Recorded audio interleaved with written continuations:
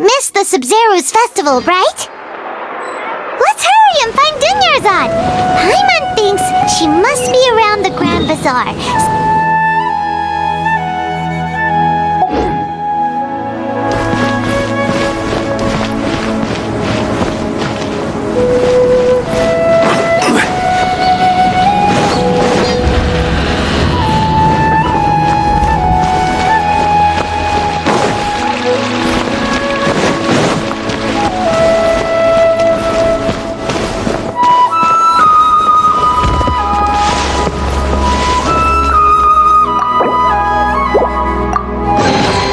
Unsolicited, and all the more valuable for it.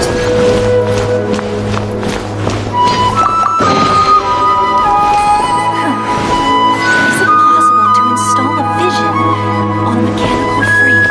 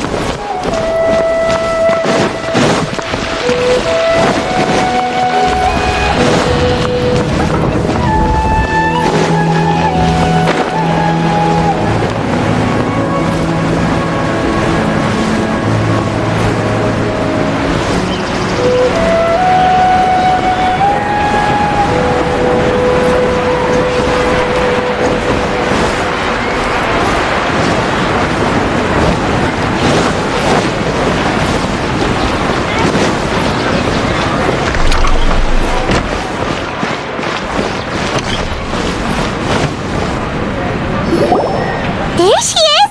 Dunyarzad! We're back! Just as promised, Traveler and Paimon. I'm so glad that you two came back to celebrate Lesser Lord Kusanali's birthday. Indeed. The festival's tomorrow. We've been preparing for so long that I can't help but feel a little nervous. There's no need to be nervous. Paimon's sure that Lesser Lord Kusanali will feel everyone's gratitude. Thanks, Paimon.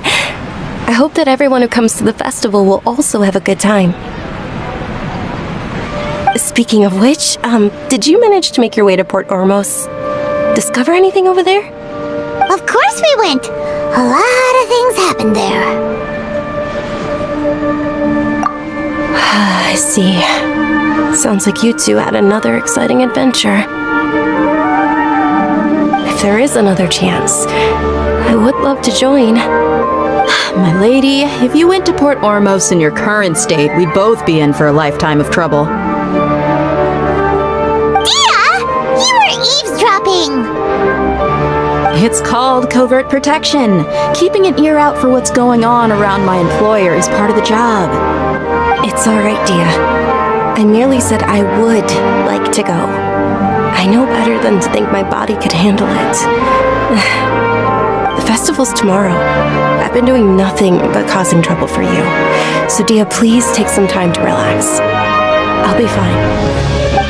Even when you put it that way, it still doesn't feel right. Don't worry, my guardian knight. Okay, fine, but only tonight. Tomorrow's a big day, and many no-good scumbags are gonna try to take advantage of that.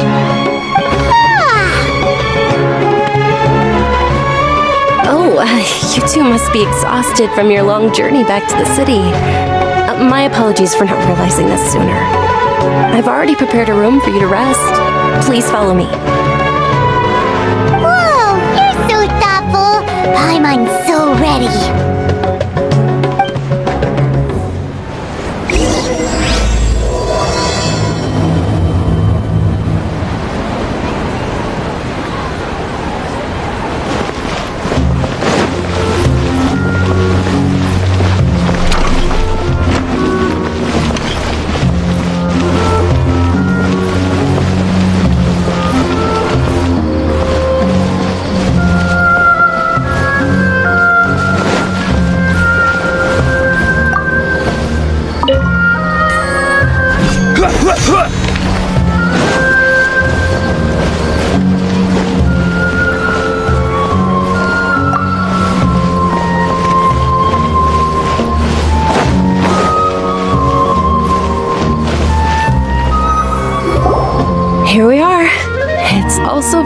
close to where I've been staying. It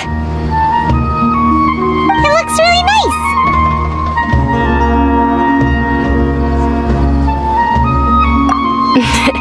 Not at all. Just tell me more about your adventures when you next get the chance. That's Paimon's specialty. Paimon can tell you stories next time. Oh, if you don't mind, how about we all walk around together tomorrow? All of my friends will be working the festival, and Dia's still insisting on her covert protection. Yeah, it'll be pretty hard to relax and enjoy the festival if Dia's constantly hovering over you, right? Then let's meet at the nearby bazaar first thing tomorrow morning. Have a great night. It's a deal. Good night, Dunyarzad. I may be too excited to fall asleep tonight. See you tomorrow. Paimon's starting to really look forward to the Sub-Zero festival too. Will there be lots of yummy food? Oh no. Thinking about food is just gonna keep Paimon up all night. The earlier we sleep, the better. Let's go inside, traveler.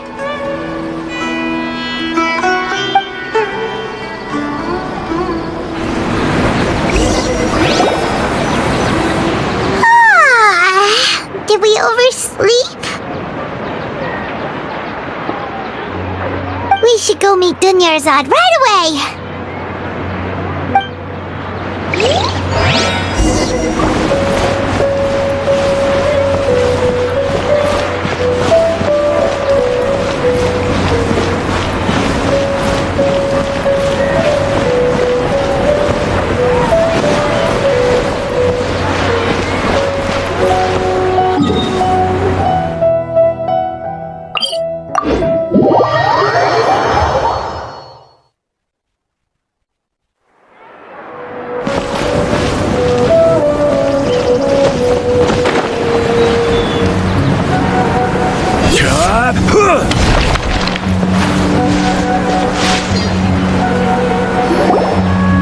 Traveler, Paimon, I've been waiting for you two. Good morning, Dunyarzad.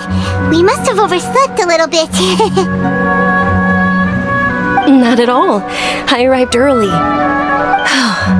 Today is finally here. I must cherish every moment as if it were gold. You've worked so hard for this day. You gotta enjoy it to the fullest. You know it. Oh, it's just that, as expected, I had some trouble falling asleep last night. I'm hoping my body won't be too much of an issue today. Well, shall we? Let's start with the stalls over there.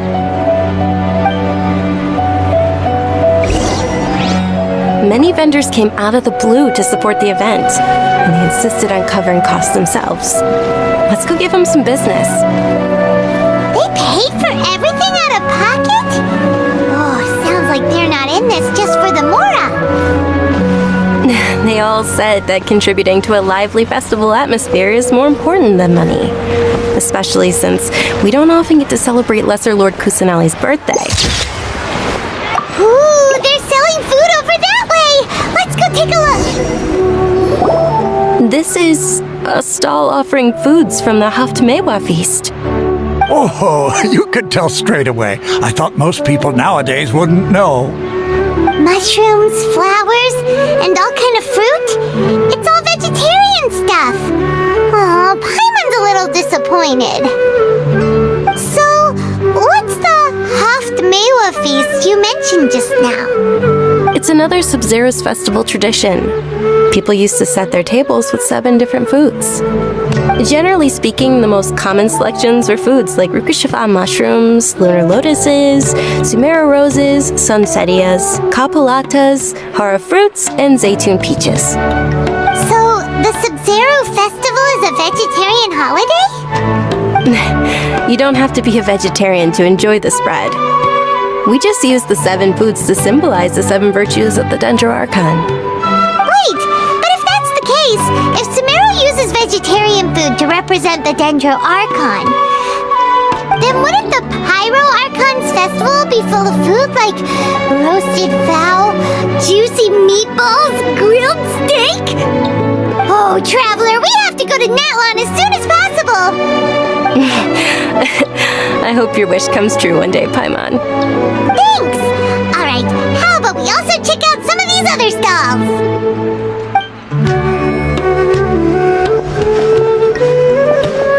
Dear customers, would you like to try your hand at alchemical divination? What's alchemical divination? Those two things sound like they'd be fun to try together. Right? I thought the same when I first heard about it.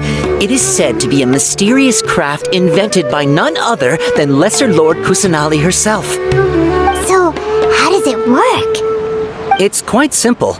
After you give me any 2 alchemical reagents, I'll use them to perform a random transmutation. Sure sounds random. So random that it will probably fail. That is precisely what we need. After the transmutation fails, your one and only diviner here will interpret the remnants. Well, according to Lesser Lord Kusanali, everything is interconnected, and all that occurs can be traced back to fate. You could say this is a pearl of old wisdom. Why does everything sound so much more credible when Dunyarzad says it? Are you guys working together? So that's the true wisdom behind it. This young lady sure knows her stuff. So, how about it? Want to give it a try?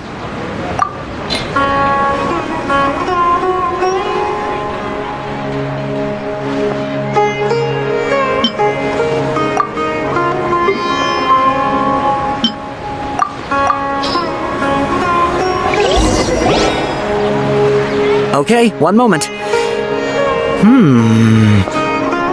It's the moon. Paimon wants to take a look too!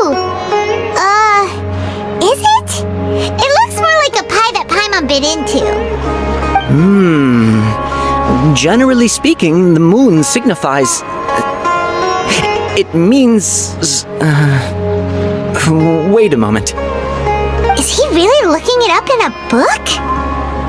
Oh, I remember now. It means illusions and lies. Illusions and lies? That sounds rather ominous. Yes, but this book says that if you trust your intuition and overcome your fears, the sun will surely rise. He's not even trying to hide his book anymore. Naturally, fate will only ever show you the beginning of a journey. It is up to you to forge your own ending. Oh, thank you so much. I'll keep that in mind. Oh, it's nothing. I'm just learning as I go. Guess that was still pretty interesting. Okay, on to the next stall. They say the Sub-Zerus Festival is very lively a long time.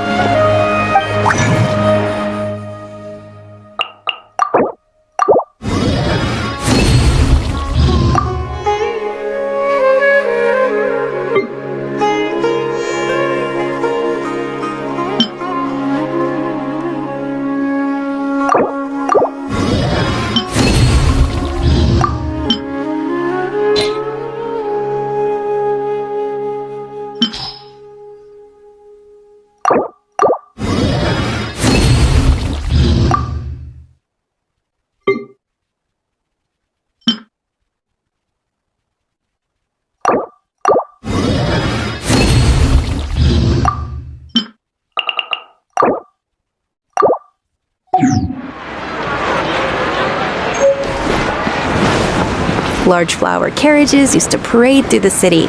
As they headed towards Port Ormos, people would throw flowers, candy, and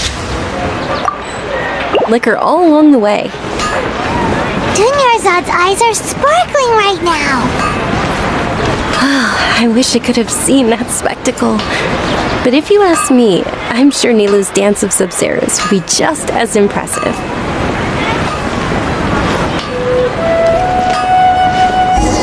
Things can't go on like this. Attention! Soldiers, fall into formation if you want any Yalda candies.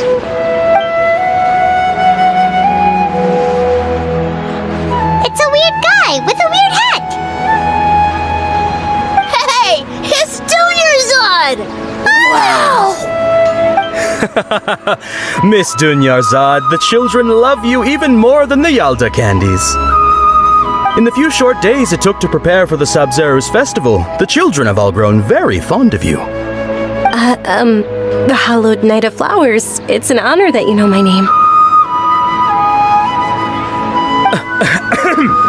Attention! In the name of Ferris, the Knight of Flowers, I commend you on your contributions to the glorious Sabzeruz festival. All right, little soldiers, take your Yalda candies and don't forget your loyalty to Lesser Lord Kusanali. Dismissed! Yes, Knight Ferris! Just what is going on here? Ferris, the Knight of Flowers, is another Sabzeruz festival icon, and one immensely popular with children. In the past, the actor portraying Ferris would also sit on a flower carriage. It's all thanks to Miss Dunyarzad's sponsorship that the children can make such wonderful memories today. As are we to you, Vihar. Oh, not at all. Oh, speaking of tradition, do you want some Yalda candies? They're a festival staple, and I happen to have some boxes readied here. Take a look and pick whichever one you want. Whichever one? Don't these boxes all look the same? That is the fun part. Each box contains a random flavor. It's up to the luck of the draw. Flavors include lavender melon, hara fruit, sunsetia. Ooh, those all sound pretty good. And there's also lizard tail and oni kabuto. Huh? What's up with those two flavors? Oni Kabuto is a little spicier than Lizard Tail. Dunyarzad, you tried them before? Traveler, help Paimon pick one. Paimon wants the Sunsetia flavor. It's alright, Paimon believes in you. I also believe in your intuition. Great! These boxes of candy are numbered 1 to 5 from left to right. Which one do you want?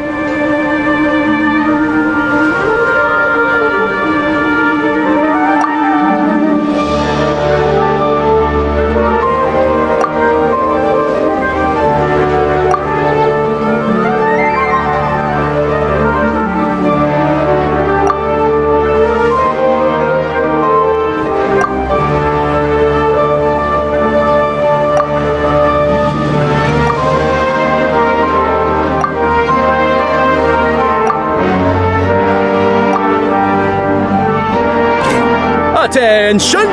That's unfortunately Lizard Tail. Oh, Paimon thought you survived so many epic battles because you had incredible luck.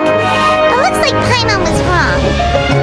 The Sunsetia flavored candy was in box number 4. How about this?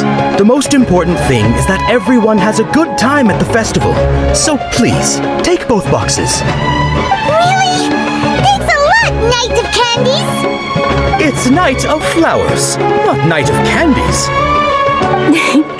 Paimon really wilted the carriageless Knight of Flowers. They all basically sound the same. We got our candy, so let's keep going. Oh, actually, I just remembered that I left something behind. Since you're here, can you come with me to get it? Dunyarzad, you probably forgot because you're so excited about the Sabzeruz festival. How embarrassing.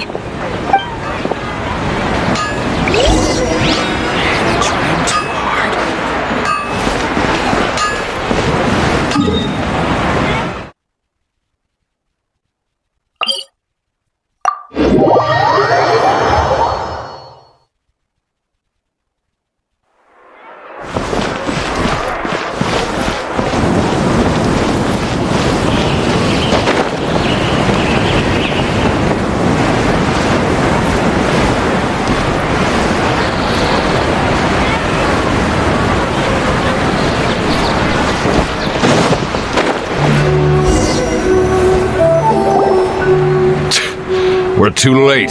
Who knew the little lady was such an early riser? I know, right?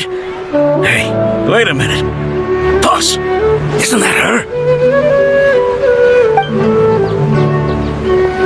Oh, that most certainly is. We're in luck. She's walking right into our clutches.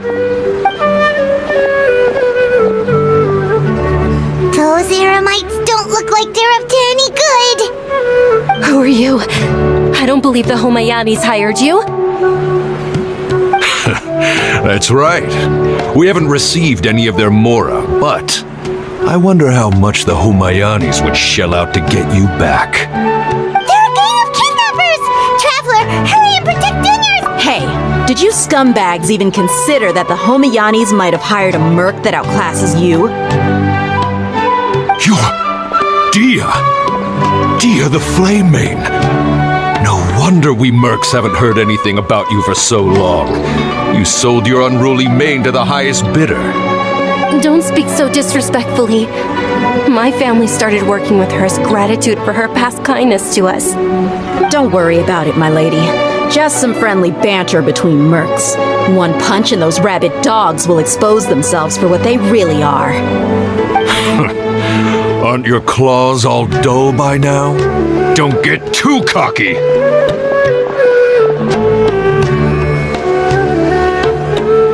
Traveler, take Miss Dunyarzad to a safe location. No, we're gonna stay and help. There's too many of them.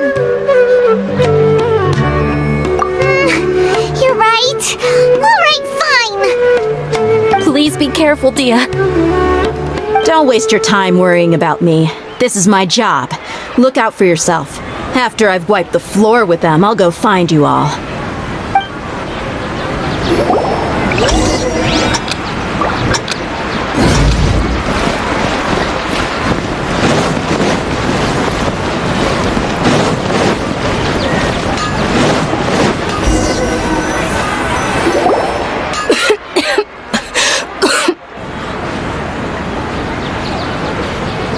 Dunyarzad, are you okay? You look a little pale. Are you in shock? Yeah, I'm fine. My body always reacts like this whenever I exert myself too much. You sure you're okay? I'll be fine after some rest. I'm more worried about Dia. After all, none of this would have happened if I hadn't insisted on coming out today. Yeah, don't worry.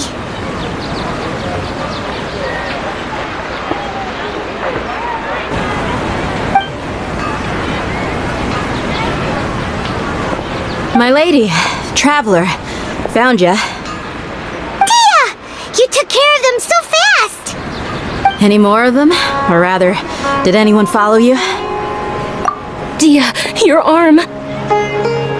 Oh, this? I'm fine. It's just a scratch. Normally, they wouldn't have been able to land a hit on me at all, but I'm still getting used to this new greatsword. Please, let me take a closer look. Come on, it's nothing. Us mercs aren't as fragile as you think. Hold on, you said something about a new greatsword. What happened to the one you were using before? About that. Well, I sold it, because I was low on mora. Stuff like this happens every now and then. It can't be. The anonymous donation that was used for the venue's final round of preparations?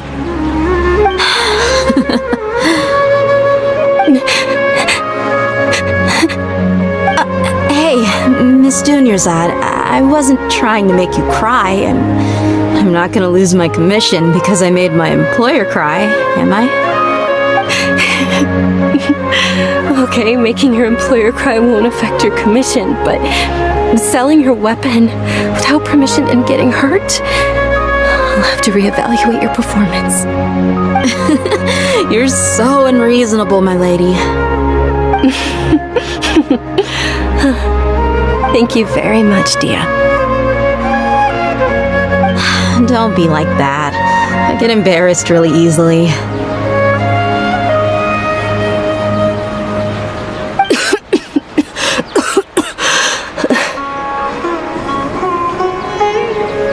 Are you feeling unwell again, Dunyarzad? My lady, your condition. Traveler, can you take her somewhere to rest? I'll look around the area to make sure we're safe from an ambush. Truly, I'm sorry for the trouble, everyone.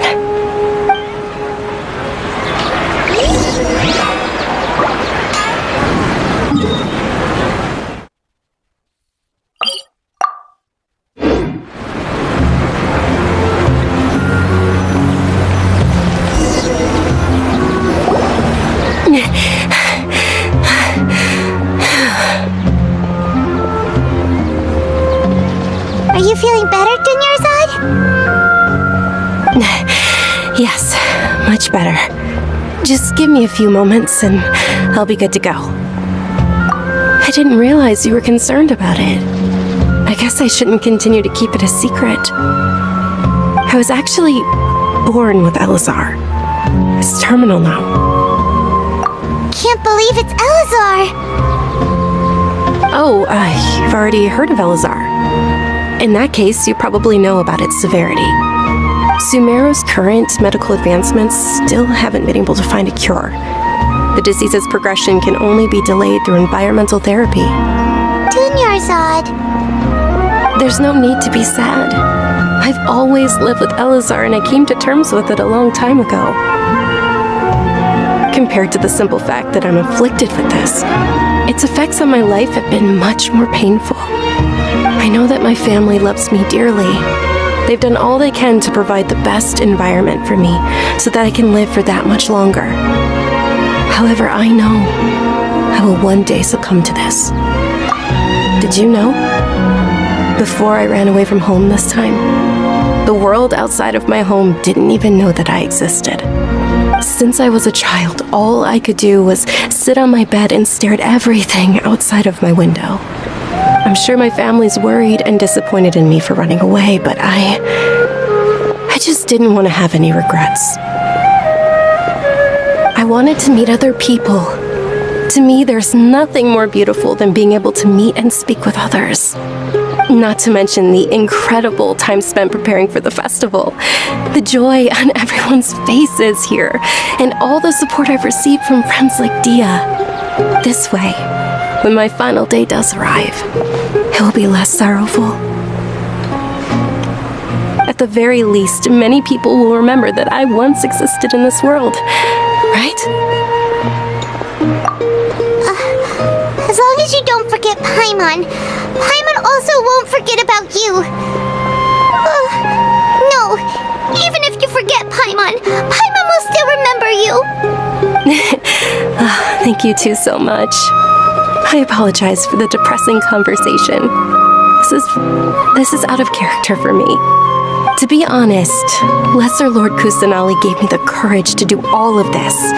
If it weren't for her encouragement, I wouldn't have taken that first step. Thanks. There will always be frustrations in life, but I know that the point of living is not to leave behind any regrets. Oh, right. Isn't it almost time? Huh? Almost time for what? Isn't the Dance of Sub-Zeros about to begin? It's the part of the festival that I've been looking forward to the most. Nilu will recreate that legendary scene with her most splendid dancing. And the Sub-Zeros festival will conclude amid everyone's applause and blessings. And with that, my wish will also... Then what are we waiting for? Let's go to the stage! Yeah, we should still make it in time.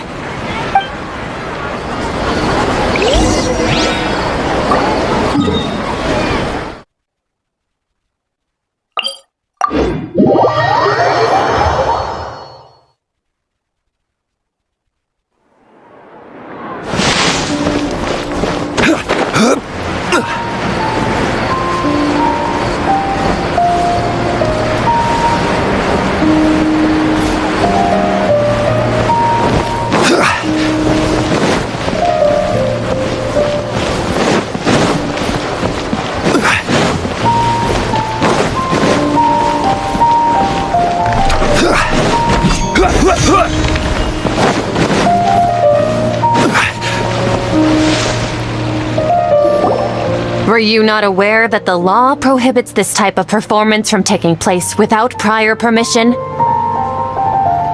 there! Someone's yelling at Nilu! I think I just saw the Academia's Grand Sage. Why is he here in person? But the Dance of Sub-Zeros is one of the key parts of the Sub-Zeros Festival. If we can't perform it... The Sub-Zeros Festival. The law also prohibits the private hosting of large-scale religious festivals. Only the Academia can host such an event. If you continue to resist, we will have to order an investigation into every single event organizer. The Grand Sage has already granted you much leniency. I advise that you exercise tact. How did things turn out like this? The Academia was originally responsible for the Sub-Zero's festival, but they failed this responsibility for many years. I need to speak with them. This is a hard pill to swallow, but you're right. Things would only get worse.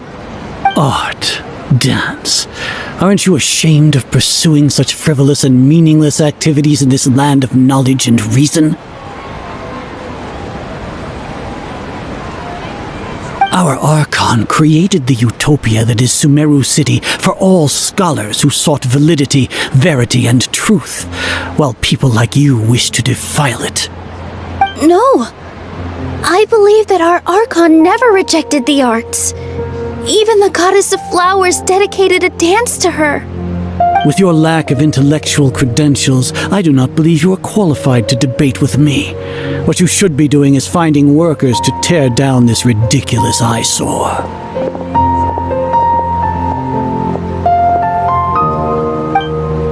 When we return, have the scribe draft an ordinance before the next Nyagarbha Day that prohibits public art performances. We will announce it to the public later via the Akasha.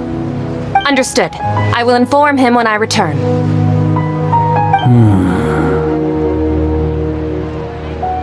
The Sub-Zero's festival. Go celebrate the birth of that god to your heart's content. Nilu, are you okay? Oh, Dunyarzad. You all saw that just now? The Grand Sage ordered us to stop the performance. Yeah. Let's go somewhere the Academia can't find us and perform there. But how do we let everyone know? And what about the atmosphere and the stage? Or we could get people to block them off so they can't interrupt the performance. No. They just threatened to investigate the organizers. If we were caught... Nilu, it's all right. Don't worry about it. But you've been looking forward to the Dance of Sub-Zeros so much, and I know how important this festival is to you. I don't want you to have any regrets. It's okay. Seeing you care this much about my feelings is more than enough. It would be too risky to continue the Sub-Zero's festival at this point. I don't want to get everyone in trouble. If you say so. But you can sneak out for the next Sub-Zero's festival, right? We'll make sure the next one is a smashing success. The next one. Yes. Okay. It's a promise. It will be a smashing success. I can't believe this is how things turned out. Those heartless geezers. It really is okay. There's nothing we can do about it. Still, I'd be lying if I said I had no regrets. I would have loved to see Nilu's dance. I've got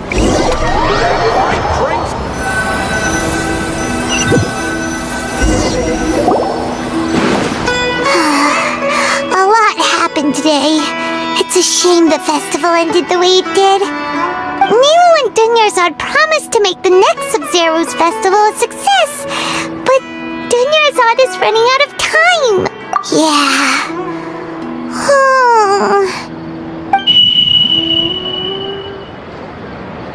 All connections have been secured to construct the most stable framework possible. The project has entered its most critical phase. Power has begun to flow from...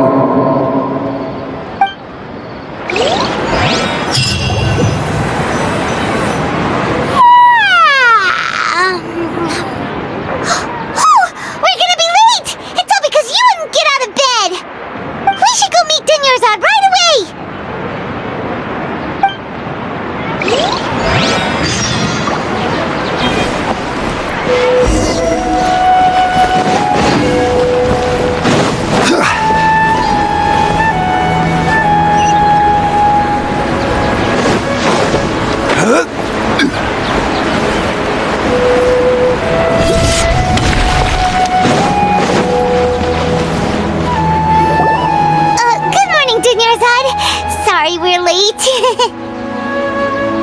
Not at all. I arrived early.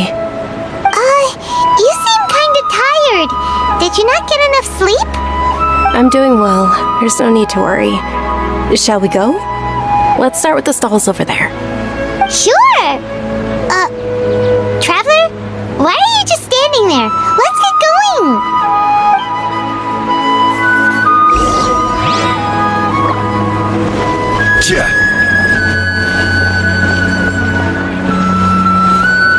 Ooh, they're selling food over that way! Let's go take a look!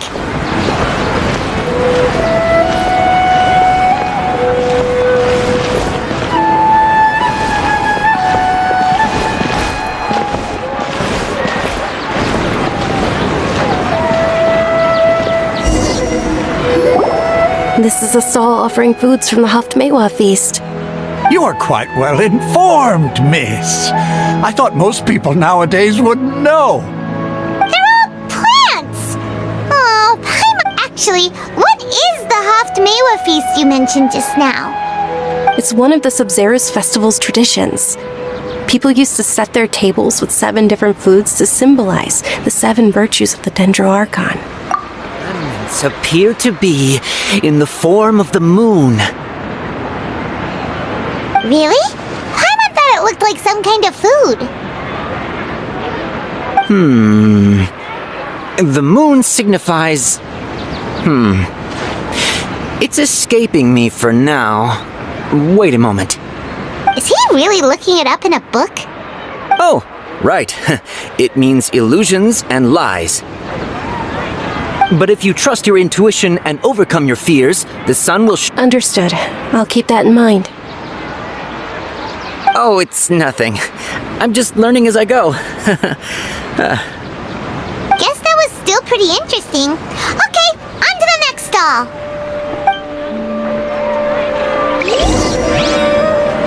So, where to next?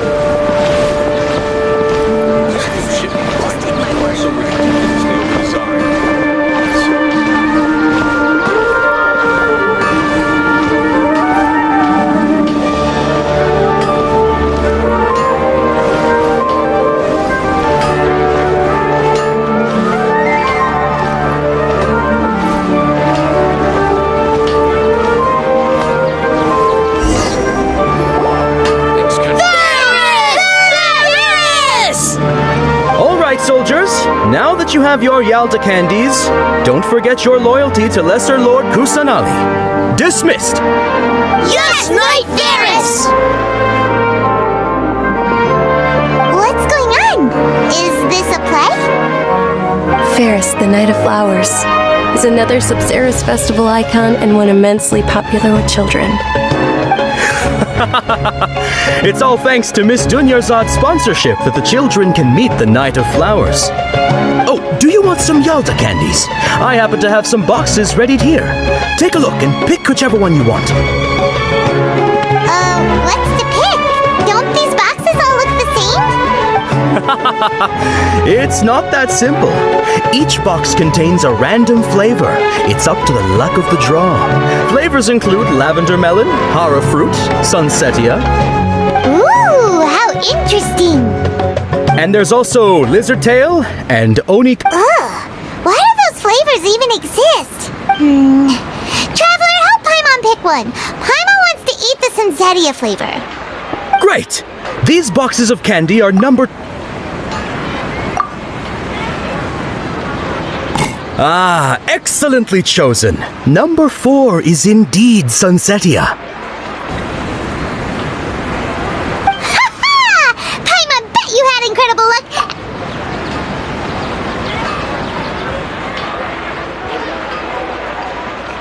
Huh? How's that possible? It's obviously random. Maybe we didn't sleep very well last night. Or maybe we slept too much.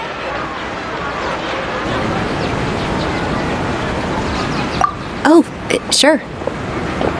Huh? Where are you going? You're just gonna walk off like that?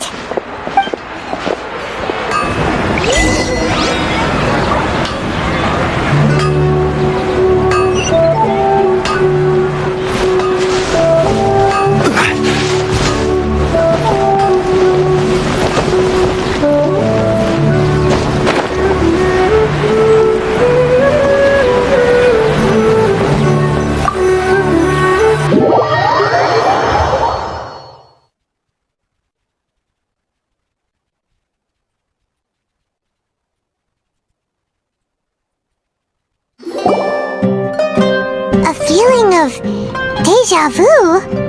Oh, Paimon knows what that is.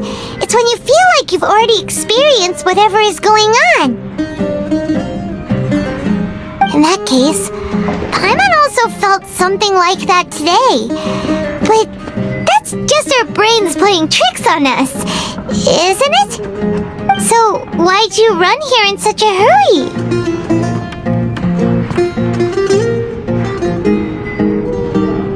So that's it! You're intentionally doing things you usually wouldn't and seeing if you still get that same feeling of deja vu. Welcome, you two! Are you here for lunch?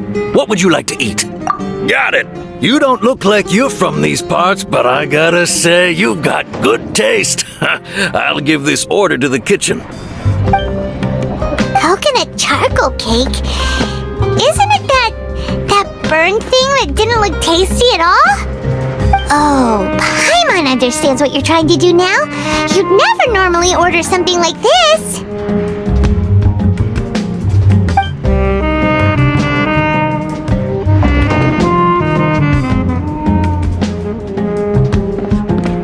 That thing? Are you really gonna eat it? Isn't this going a bit too far?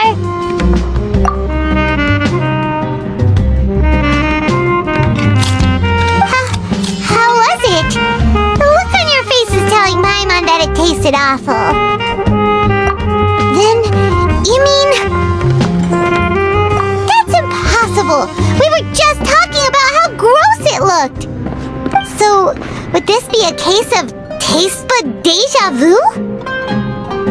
Paimon also gets the impression that we've been here many times, even though we aren't regulars.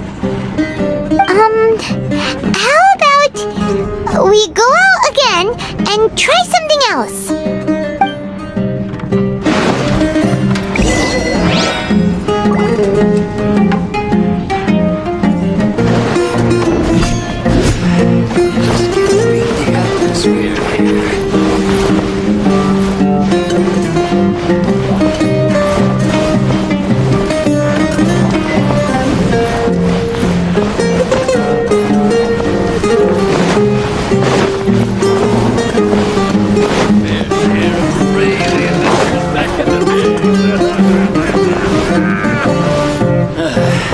Just can't fool the atmosphere.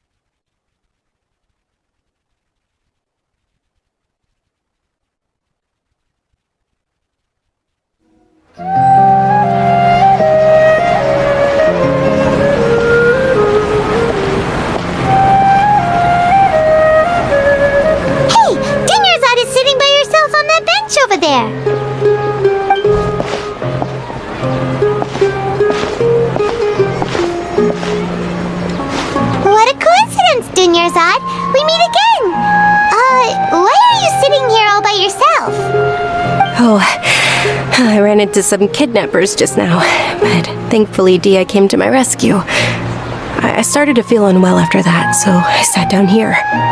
Kidnappers? Oh my goodness, are you hurt? I'm okay. Dia's arm got scratched, but it isn't serious. Whew, that's a big relief. But, Dunyarzad, you seem a little down today. It's the Sub-Zero's festival, and you've been looking forward to it so much! Not at all. I've always been like this. Excessive physical exertion or strong emotions tend to aggravate my illness. Besides, no matter how amazing today may be, it is but a single day. After however many more days, my time will come to an end. Paimon doesn't quite follow you. And Paimon feels like something's really got you down right now. It really is fine. I don't mind. Huh? Did something happen? Dunyarzad, have you ever felt deja vu? You know, like when you've already experienced something that's happening right now? Deja vu? No. But my days have been the same for years now. Even if I were feeling deja vu, I suppose I would already be used to it. Oh, Paimon sees. Then, is it only the two of us? It's almost time. Huh? Time for what? Nilu's Dance of Sub-Zerus is about to begin. Let's go.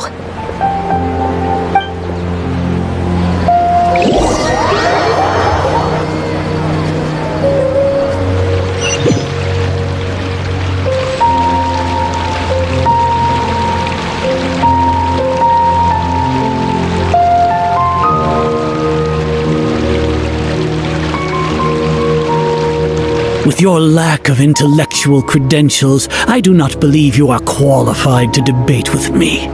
What you should be doing is finding workers to tear down this ridiculous eyesore. When we return, have the scribe draft an ordinance before the next Nyargarbaha Day that prohibits public art performances. We will publicly announce it later through the Akasha. Understood. I will inform him when I return. The Sub-Zerus Festival. Go celebrate the birth of that god to your heart's content.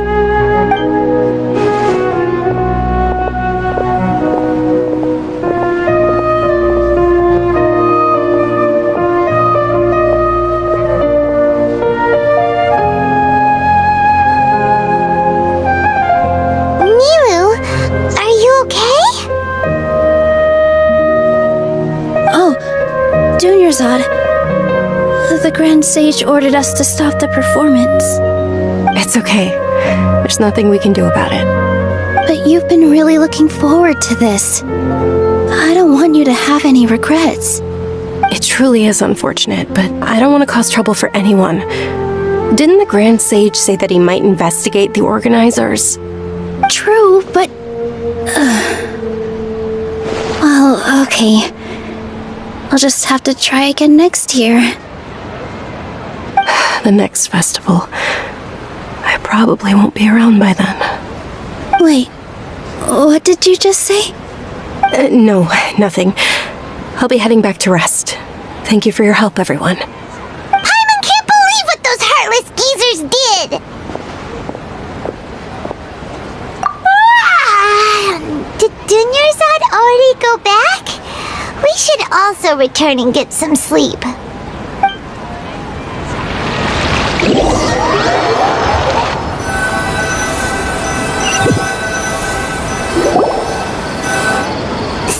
in the end, you still couldn't figure out what that deja vu feeling was all about? Maybe it really was because of exhaustion. Same here. That's why Paimon stopped thinking about it halfway through the day. Then, how about we settle in and get a good night's sleep? For now, we can chalk things up to exhaustion. We can do more thinking tomorrow. Observing a modest drop in the output of jnana energy, but values still remain within normal parameters.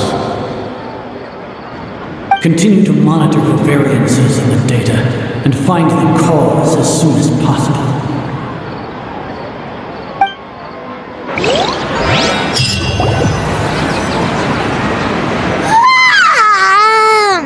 Why does Paimon feel so tired after so much sleep? Anyway, we should go meet Dunyarzad right away.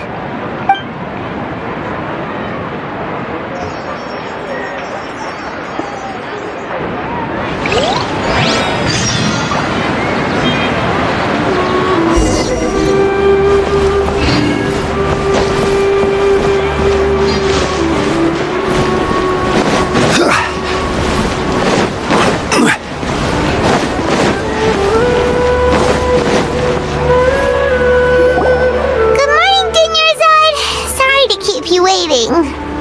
Not at all. I arrived early. Huh? Paimon thinks you sound kinda tired. Did you not get enough sleep? I'm doing well. There's no need to worry. Shall we go? Let's start with the stalls over there. Great idea! Let's get going! Traveler? Hey.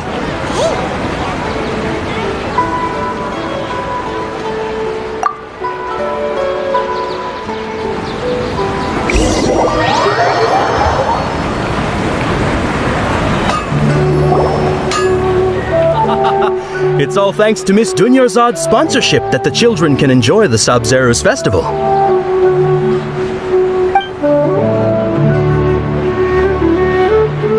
Oh, are you interested in Yalda candies? I have some boxes of candy here.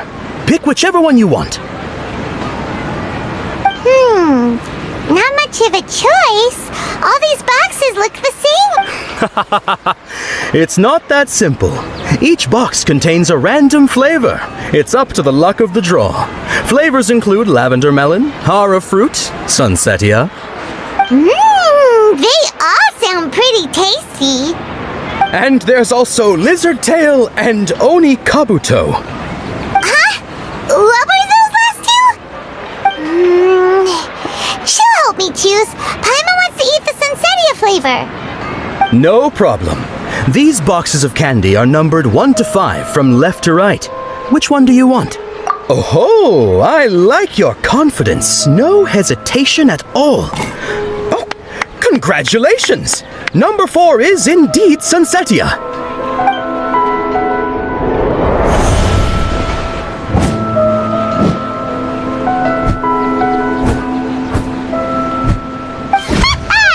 Paimon knew she always had incredible luck.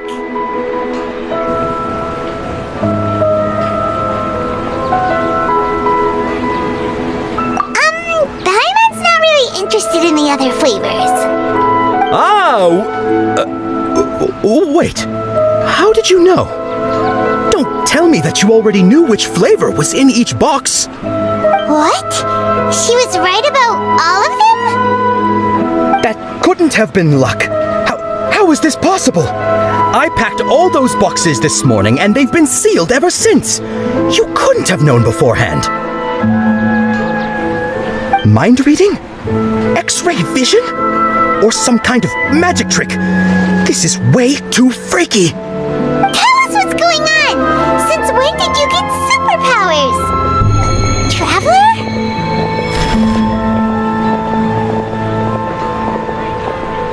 Hey, where are you going?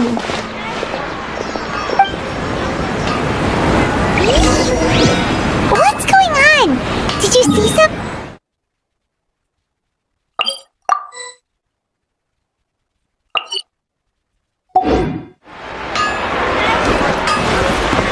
Us leaving Dunyarzad without letting her know is kinda rude, you know.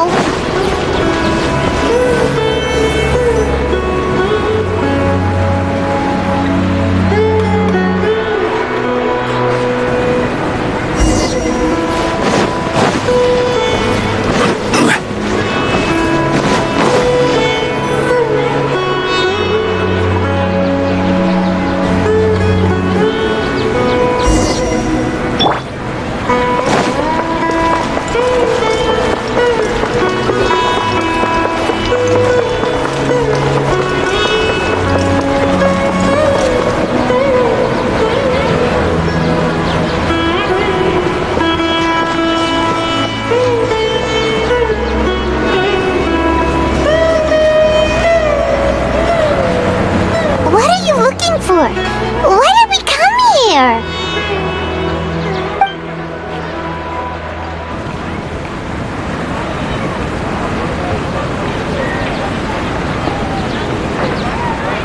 Traveler?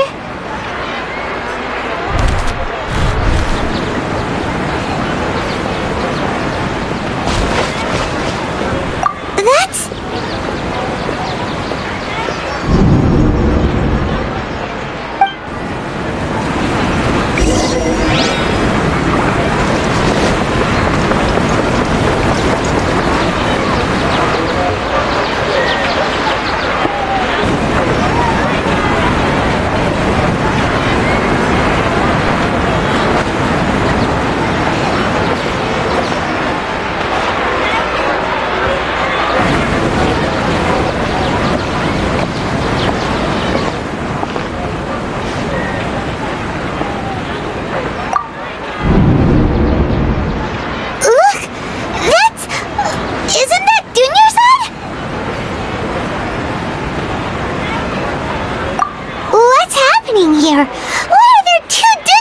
gods!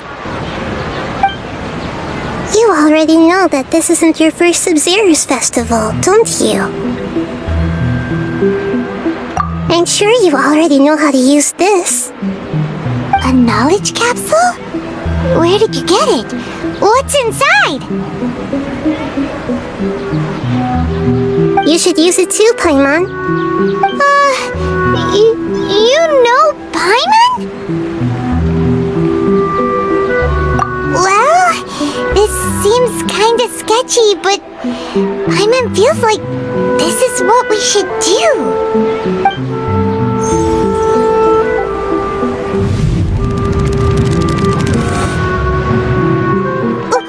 What the?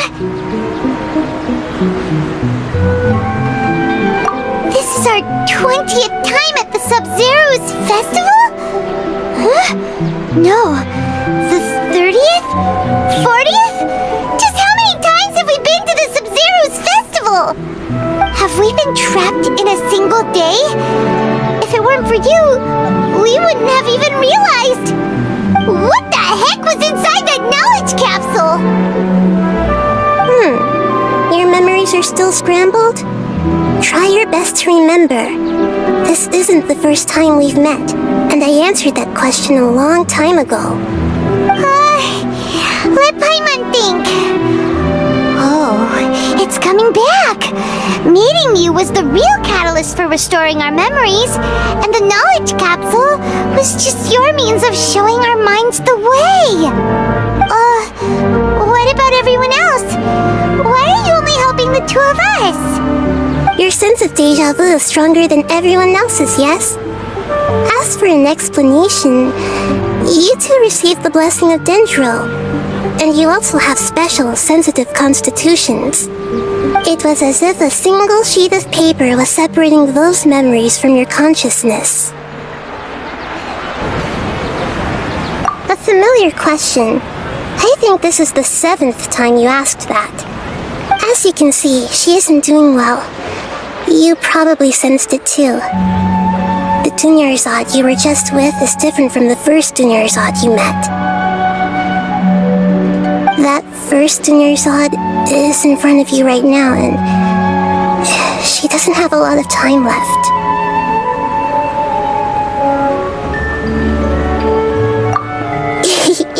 Looks like you're almost done sorting out your brain. Oh yeah, I'm Nahida.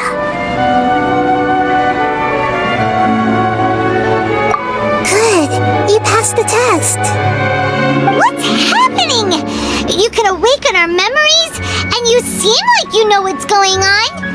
Oh, wait, please don't tell Paimon even you don't know. Everything in this world runs in a loop. This cycle is called a samsara. You, me, and everyone else are all stuck inside the one-day samsara. As for the truth, that's on you to find out. If you were told the truth instead of discovering it yourselves, it would literally blow your minds. I don't know how you'd be after that. I can only give you surface-level help, like bits of information and subtle hints. For the rest of the time, I'll be doing all I can to slow down Dunyarzad's illness. She looks like she isn't doing well at all. Her illness gets worse after each Sub-Zero's festival. If we can break out of the samsara, I might be able to save her. But as things are right now, she's just a small bird in the sky that's about to lose its last feathers. All I can do is raise a gale to delay her fall. You sure love to use weird analogies. Analogies are wonderful tools. They let you use existing knowledge to understand unfamiliar things. Okay, so, with what you know so far, what do you think the truth is?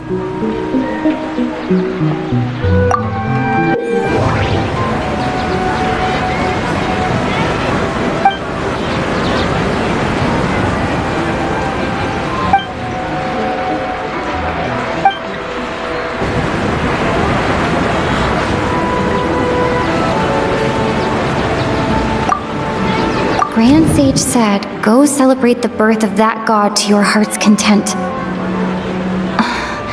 Did he mean something more?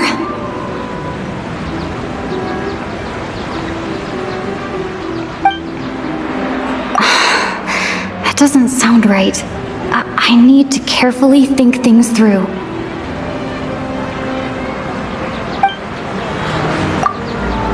We've already experienced the Sub-Zeru's festival many times, and the day of the festival seems to be in a perpetual samsara.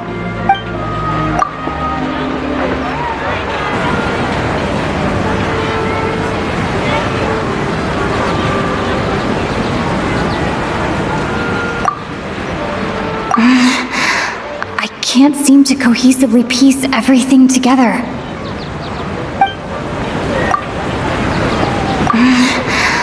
I can't...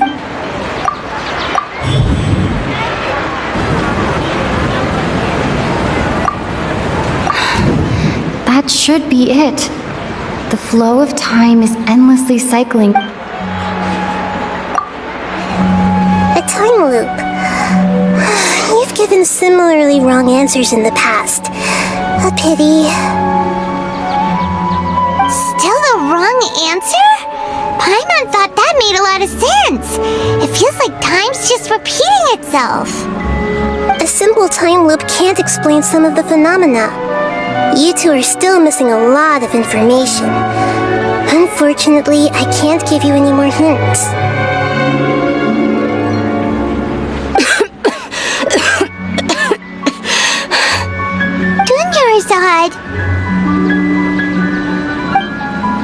The Sub-Zeru's festival is happening every day, but that doesn't mean we can waste an infinite amount of them. Hurry and find the truth before today's festival ends.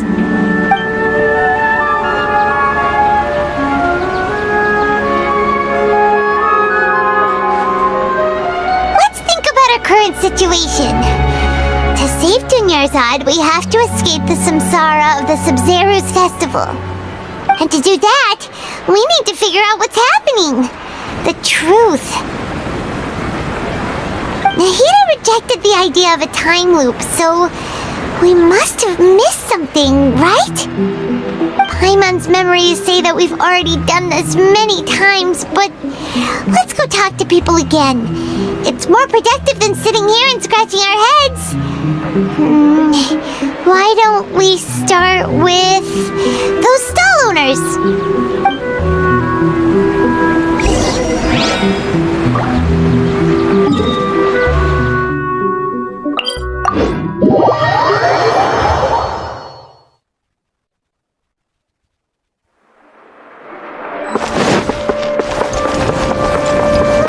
Follow the wind.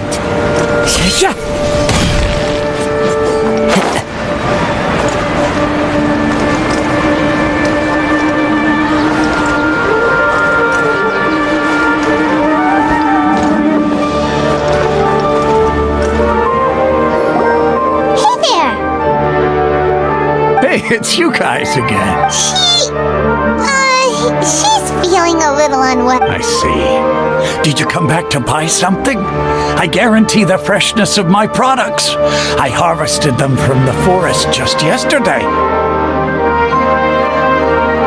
Huh? What brought this about? I hurried back from the forest yesterday, and I'm selling produce here today.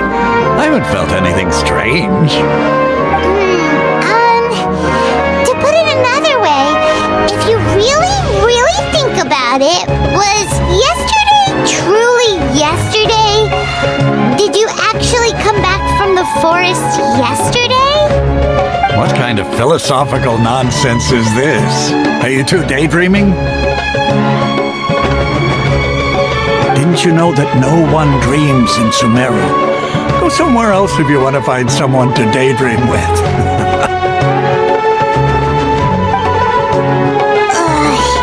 He actually has a point.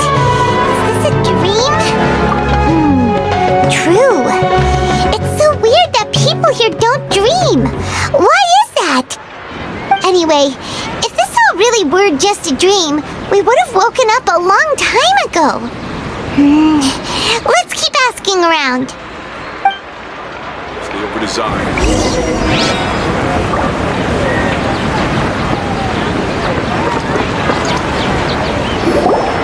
Oh, it's you two. Was my divination so accurate that you felt compelled to compliment me in person?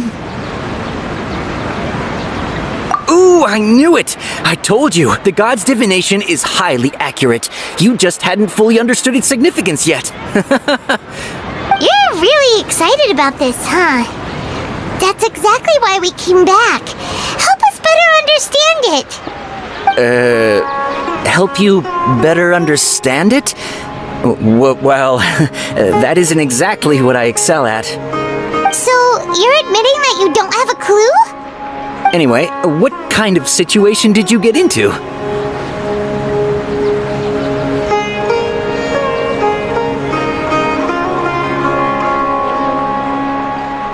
Huh? Hold on a second. I thought you guys just lost your wallet or fell for a scam. What you just said, are you serious? Does that kind of thing actually happen in real life? I knew you weren't going to believe it. Marvelous. Truly marvelous. I believe you. Recall the interpretation of your divination, the moon, illusions, and lies. It really felt like an omen. When you say it like that, the divination does sound like it's related to what's going on. Can you read any more into it? I believe that the Archon's revelations are never more than vague hints. Anything more specific is beyond the reach of mere mortals. The book only says, if you trust your instincts and overcome your fears, the sun will surely rise. So that's how it is. Looks like fortune-telling is just fortune-telling. It's no good for practical problems. We haven't made any progress. Who else can we talk to? Paimon remembers that we tried talking to her a couple of times, but she always thinks we're playing pranks on her. You think she'll brush us off again? Yeah, if we tap into Dia's strong sense of responsibility as a mercenary, then she'll definitely take us seriously. At this time of day, Dia's probably just finished beating up those kidnappers. Let's go find her.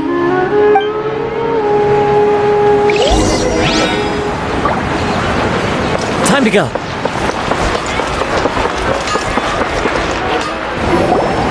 I'm fine, my lady. It's just a scratch.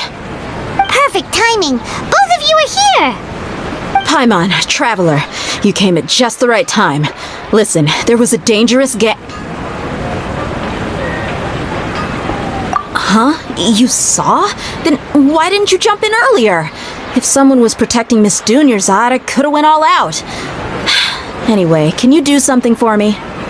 You want the traveler to take Dunyarzad somewhere to rest up while you check to see if there's still any kidnappers around. Did Paimon get that right? How did you know what I was going to say? We need to say something convincing.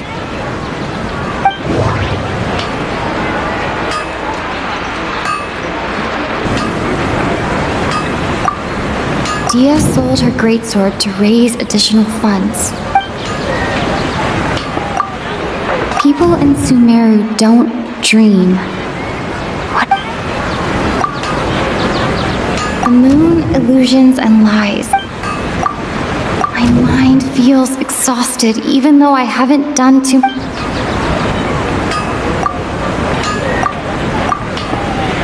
Tell her, traveler!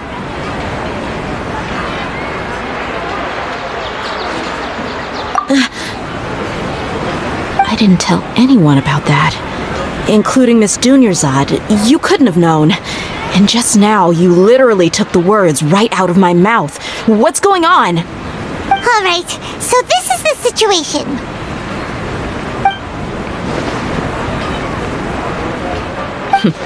It's kinda hard to believe what you just told me.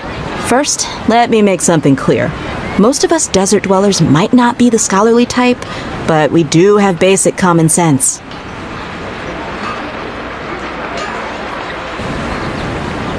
She's quieter than usual. Uninterested in anything and really gloomy. Yeah, she isn't the same as before, but her parents said that this is how she was like at first. Huh? At first? I don't quite understand what you're all talking about. I'll go rest on the bench over there. My lady, are you angry?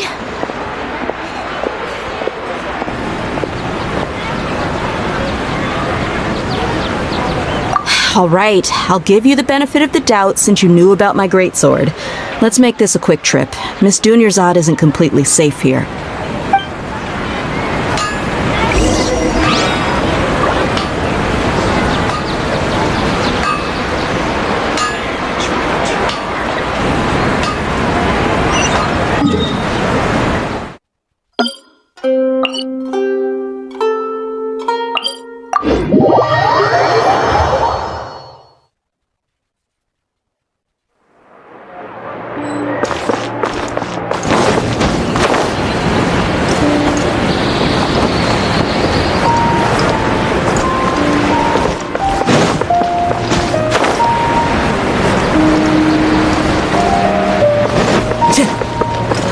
Time to go.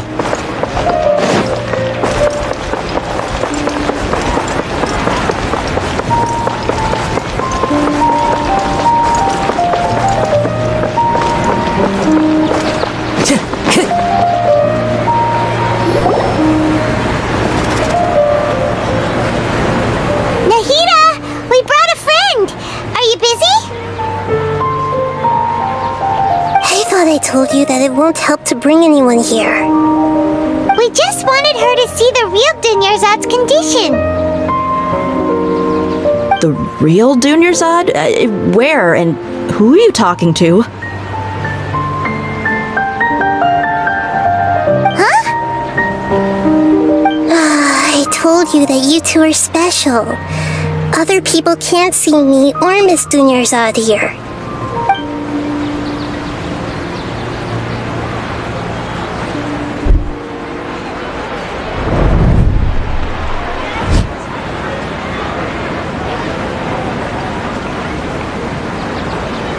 Hold on.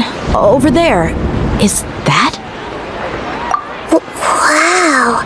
How perceptive. Does she have invisible antennae? Miss Dunyarzad, she's lying down here, isn't she? How's she doing? Her condition's really bad, and she's basically in a coma. How did you know she was here? I can sense her aura. There are also lingering feelings of something like regret or disappointment. What happened? Do you believe us now? The Sub-Zero's festival has been repeating itself. So, you think the sages are behind this? Yeah, they've always been against us. Wouldn't surprise me if they're using the Akasha to intentionally repeat the Sub-Zero's festival as a sick joke. You have a point. Aside from the Dendro Archon, the Academia's sages are the only ones in Sumeru who could pull off something like this. Maybe there's more to the Akasha than we know. Right! Didn't you awaken our memories using something that looked like a knowledge capsule? That means you must know something about the Akasha! The Akasha relies on the power of a gnosis to operate, as it is the manifestation of the God of Wisdom's power. It compiles the wisdom of the entire populace, and it grants knowledge to the people. A gnosis could do that? No wonder the Akasha is so magical. It's being powered by the gnosis of Sumeru's Archon. So, this Nahida you mentioned, what did she say? She said, and Paimon quotes, "The Akasha relies on the power of a gnosis to operate, as it is the manifestation of the God of Wisdom's power. It compiles the wisdom of the entire populace and it grants knowledge to the people." Compiles the wisdom of the entire populace and grants knowledge to the people. Wait. I get the grants knowledge part. That's what people have always used the Akasha for. But compiling the entire populace's wisdom? How does that work? Did she mean that the sages enter new knowledge into the Akasha? Oh, yeah. That sounds about right. What do you think?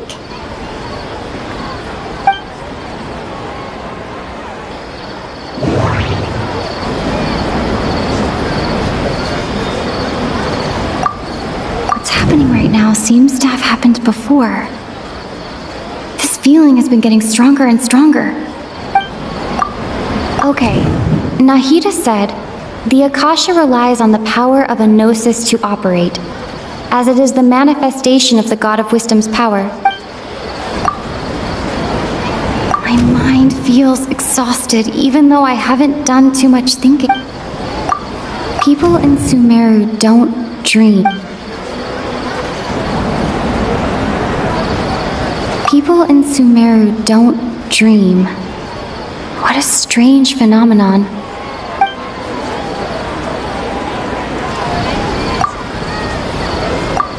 What's happening right now seems to have happened before. This feeling has been getting Okay, Nahida said, the Akasha relies on the power of a gnosis to operate, as it is the manifestation of the God of Wisdom's power. It compiles the wisdom of the entire populace, and it grants knowledge to the people. People in Sumeru.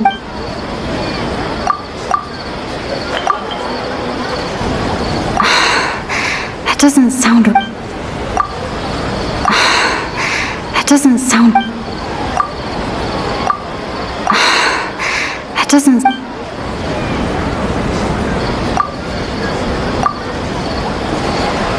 You mean the Akasha is causing our mental fatigue? Huh. Now that I think about it, my head's been feeling unusually heavy. When the desert dwellers set off on their quest for knowledge, a sage once said, knowledge always comes at a price. Compiling the entire country's knowledge. You think the Akasha pulled a 180 and is extracting information from us? Who knows? The Akasha can put knowledge into our heads, so who's to say that it can't also poke around in there? We don't know any specifics. What's the point of doing something like that? Just think about it. If you could combine the knowledge of every single person in Sumeru, then you can basically turn Sumeru City into a single massive brain. This hive mind could make breakthroughs in problems that even the smartest geniuses can't crack. An excellent deduction. And the analogy comparing Sumeru City to a massive brain? I love it. In that case, we should take off our Akasha terminals right away. Maybe that'll solve this problem. Yeah, I was only wearing this for show in the first place. Didn't expect the sages to cook up such a conspiracy. Mark my words, when this is over, I'm getting evidence and exposing this whole thing to the public. How does everyone feel? Huh? What is it? Oh, that! Paimon knows what you're talking about. It's a single soft beep that sounds like it's coming from the Akasha terminal. The sound of a beep. Could it be a prompt tone for when the Akasha is operating? That's probably an important clue. We weren't using our terminals, but we heard a beep anyway.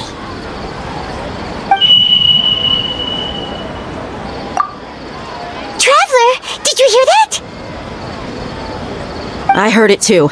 Our ears aren't messing with us. There was definitely a beep, but it sounded like it was coming from inside my head. We took off our Akasha terminals.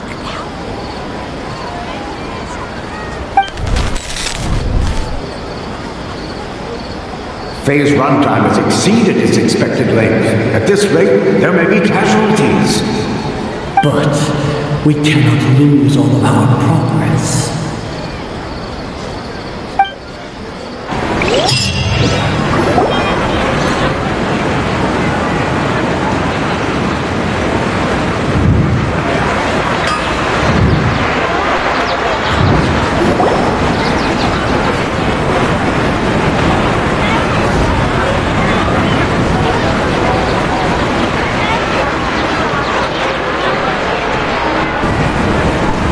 Paimon remembers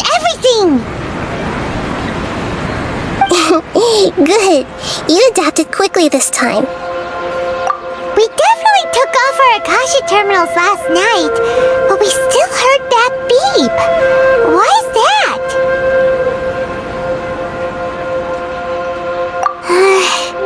But now we can at least confirm one thing.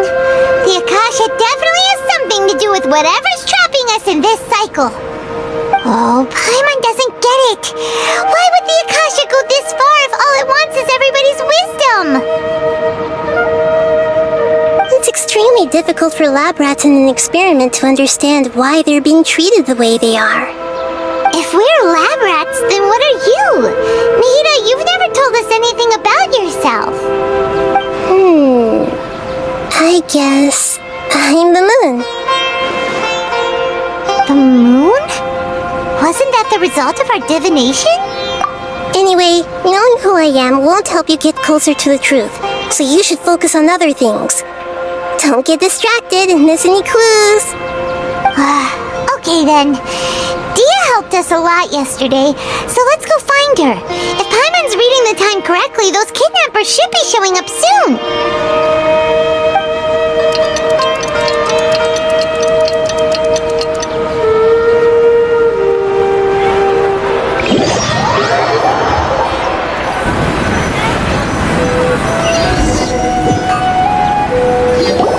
Ah, there you are. I've already taken care of those kidnappers. My lady, did you get hurt? Dia?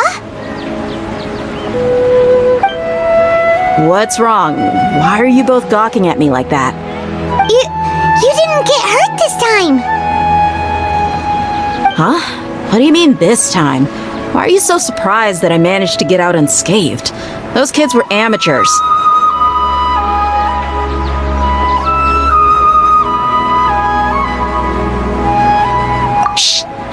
Did you know about my greatsword? I haven't told anyone about it. Please, don't tell Miss Dunyarzad. So Dia's lost her memories after all. Anything strange? You already know that I got a new greatsword. If I had to say something, it's weird how such a new weapon could feel so familiar. It's as if I've already used it to fight a countless number of battles. You're saying that although you don't remember using it, your body feels like it does? That's right. Both mercenaries and warriors heavily rely on muscle memory. Only knowing the theory of battle won't get you anywhere. Traveler, what do you think? Yeah! Paimon's feeling really hopeful. Oh, you're right! Earlier in the Samsara, something like this would have never happened! I have no clue what you two are talking about, but it's still dangerous here, so... So you want us to take Dunyarzad somewhere else to rest while you check if there are still more kidnappers around, right? How did you know what I was gonna say? Can you read minds? Forget it. Go and do your thing.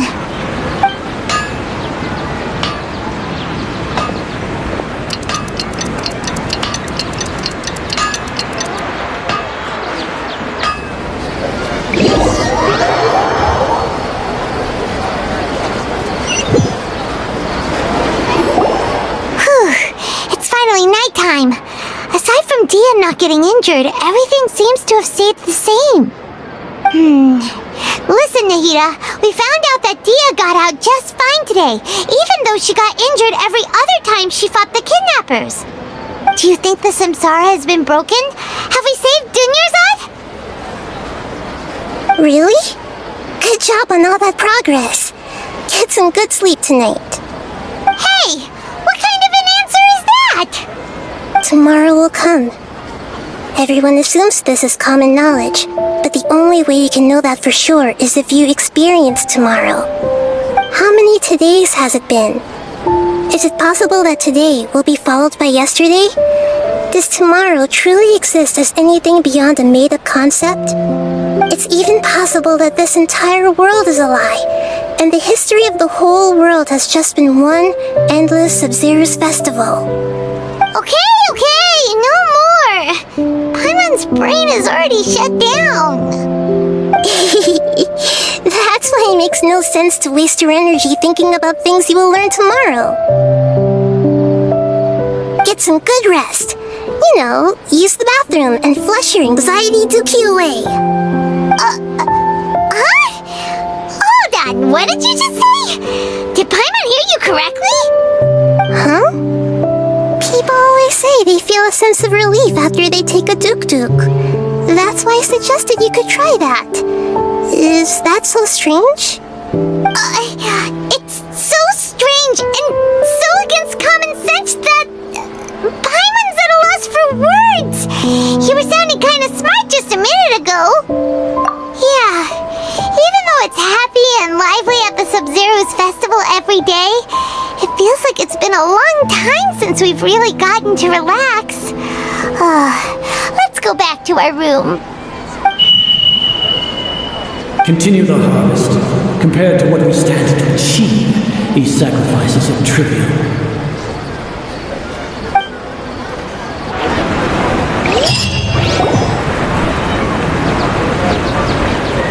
We're still in the same day! Nahida, you already knew last night that we didn't break out of the samsara? Why did you tell us? Would there have been a point? You would have spent the night with new worries, with tomorrow still out of reach. In that case, you might as well rest within that brief moment of hope. An opportunity like that doesn't come by often, and I thought it might help you clear your minds. Paimon thought the Duke did that! Whatever. Guess you were looking out for us after all. Of course. In the time we've been together, you two have been everything to me. Paimon's flattered and everything, but maybe you're taking things a little fast. What I mean is, even though I had asked you to solve this puzzle, you two are still the only ones who can see me and sense my presence. In other words, if you weren't here, I may as well not exist. That's why you two have been everything to me. Get it? Nahida's talking about confusing stuff again. Anyway, that's enough chit-chat. So, Traveler, did the new clues yesterday help you gain a new understanding of the situation? Huh? Why are you scrapping your previous theory?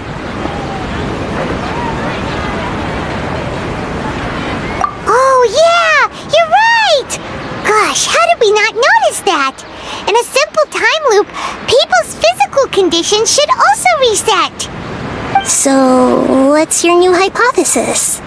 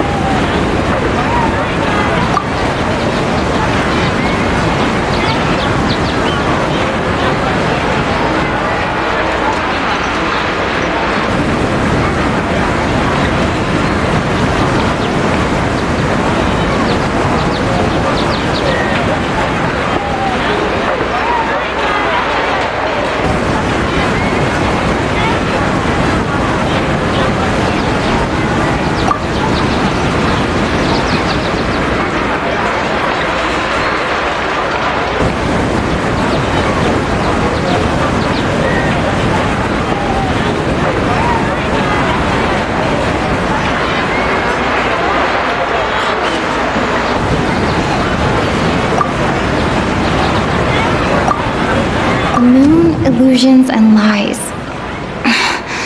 What do they all mean?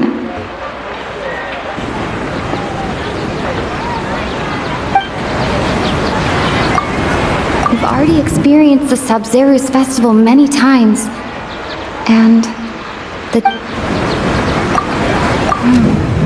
the beep is a prompt tone for Akasha operations. We still hear it every night, even though we removed our Akasha terminals.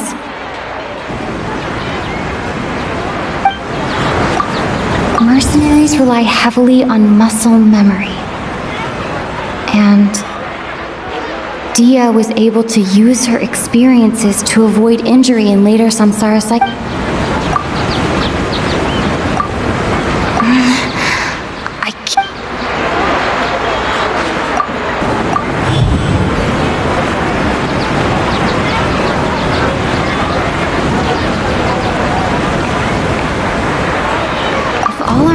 Of a day are erased at the end of that day.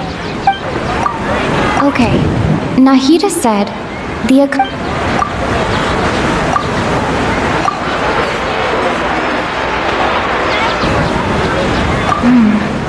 the beep is a prompt tone for Akasha operations. If all our memories of a day are erased at the moon, illusions, and light. Mercenaries rely heavily on muscle memory. The beep is a prompt tone for if all our memories of a day are erased at the end of that day, then we would unwittingly relive that same day again.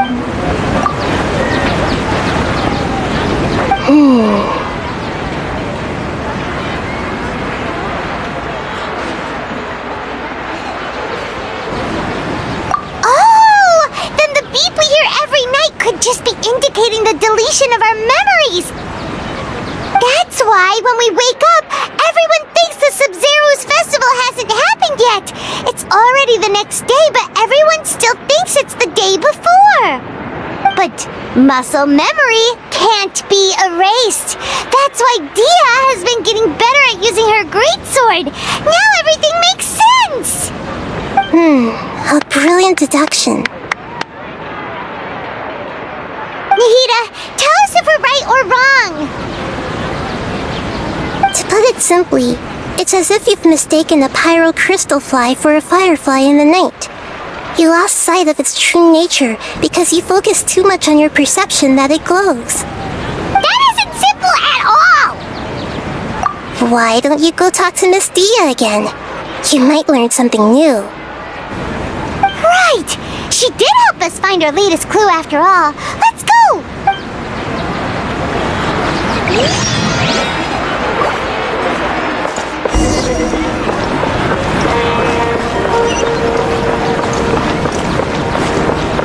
Time to go.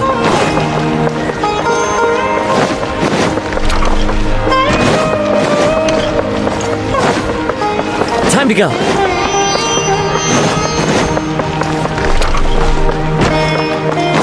Time to go.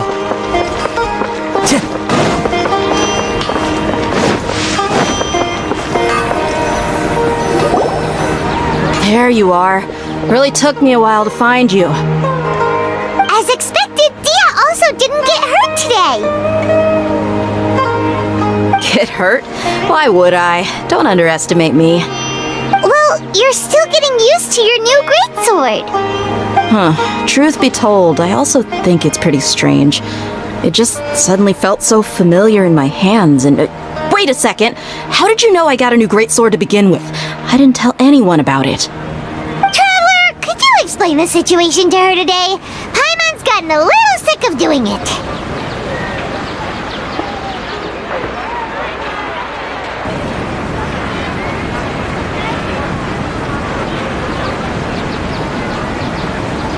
Oh, that works!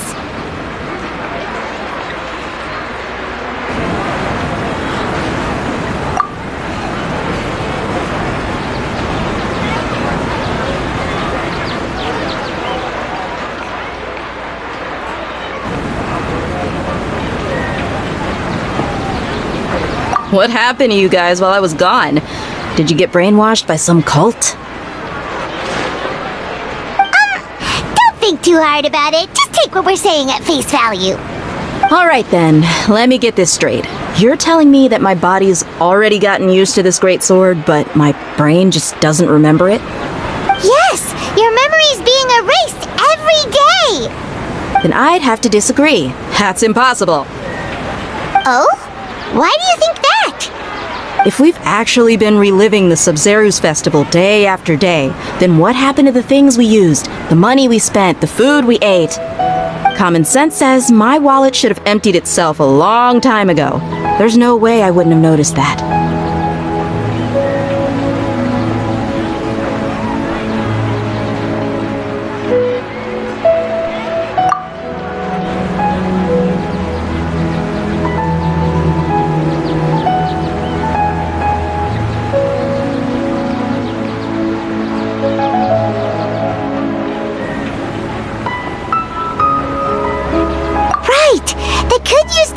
To record what everyone did that day, and then use the city's resources to replenish everything.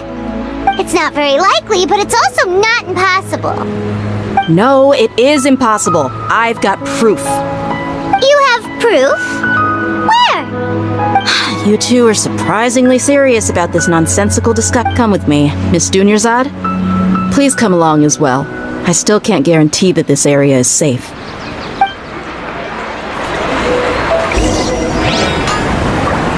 I can't believe it's Dia who wants to show us something this time.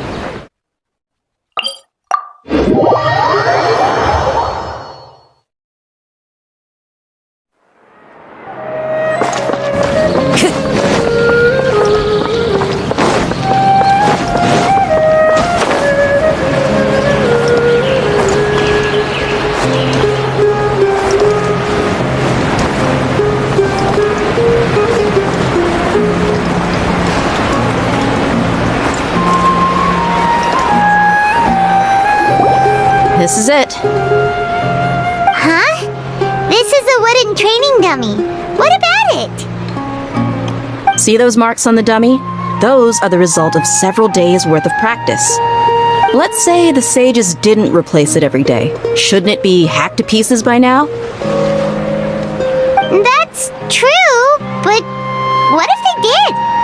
Then the sages would have had to reproduce every mark I left during previous training sessions. I'm a professional fighter. My martial school has always emphasized the importance of refined control. The force, angle, and entry point of each strike is calculated and deliberate. That's why I remember every mark on the dummy, as well as my state of mind as I made each strike. It's just as they say, each swordsman has their own unique style, and even the same swordsman can't make the same cut twice. It would be impossible to copy these marks. Really impossible? What if they used some fancy machine to carve every single mark? People often say that a camera's photo can never replace an artist's painting because the former has no spirit to it. The same thing applies here. At a mere glance, I can differentiate carved marks from the results of combat training. Whew, I hope that cleared things up for you. Hey, is this that new brain exercise game that's been super popular with the scholars lately? It's surprisingly fun. Anyway, it's getting late.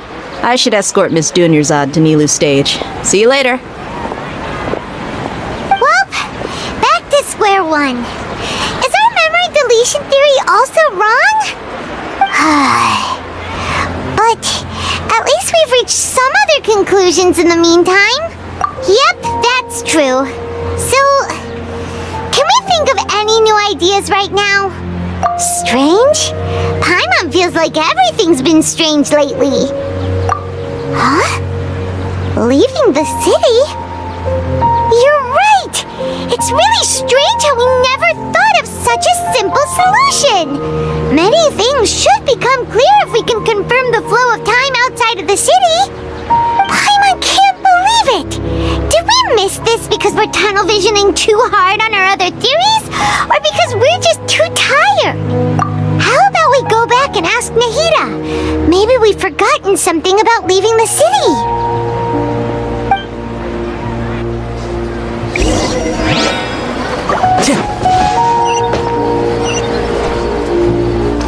Time to go.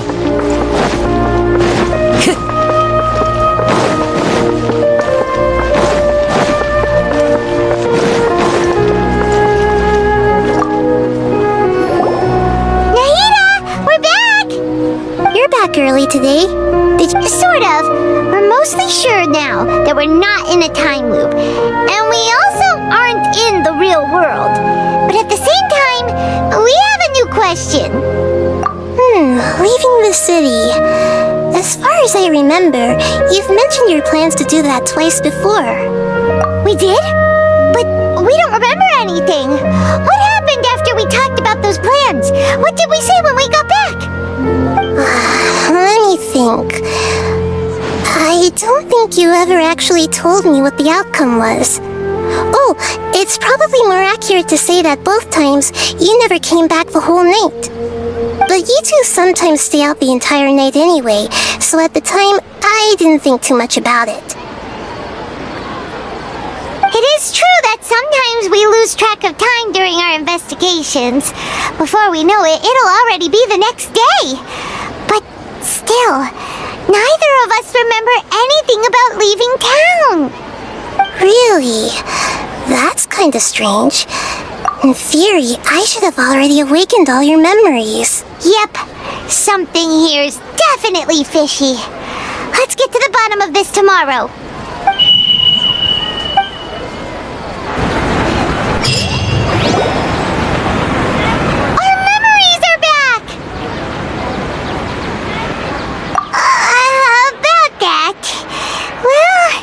Where should Paimon begin? Traveler, aside from your memories that were just restored, I have another message for you. Listen to it and you'll understand. Can't go back. There are countless spaces here. Our Sub-Zero's festival in Sumeru City is just one of them. Traveler, you should be missing 2 days worth of memories. Paimon will fill you in.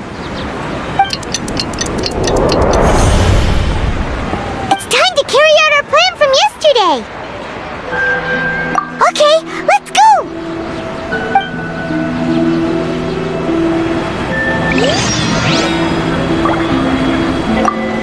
We don't have many more festivals to waste. Hurry and find the truth.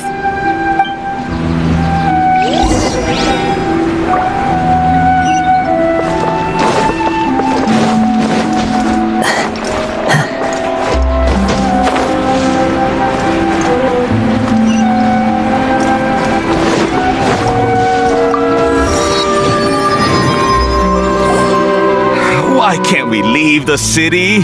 What is the academia up to now? Don't ask me. It's not like I can tell you anything. This is a direct order from the Grand Sage.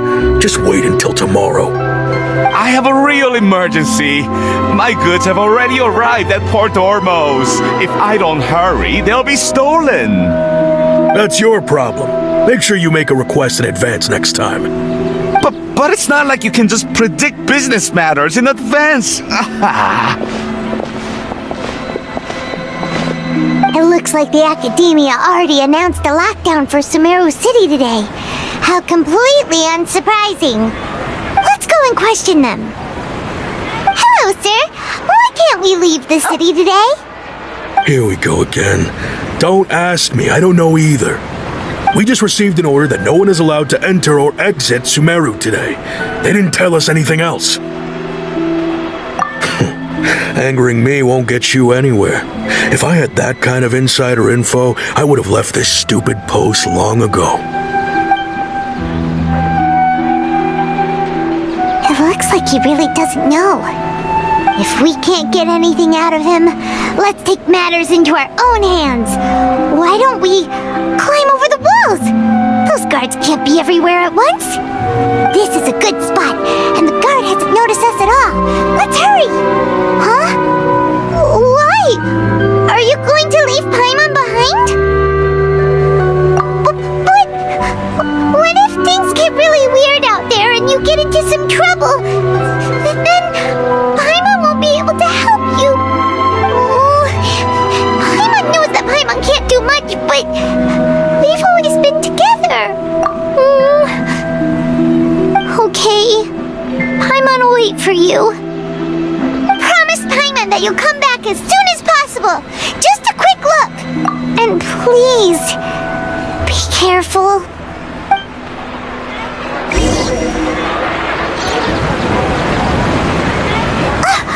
Memories!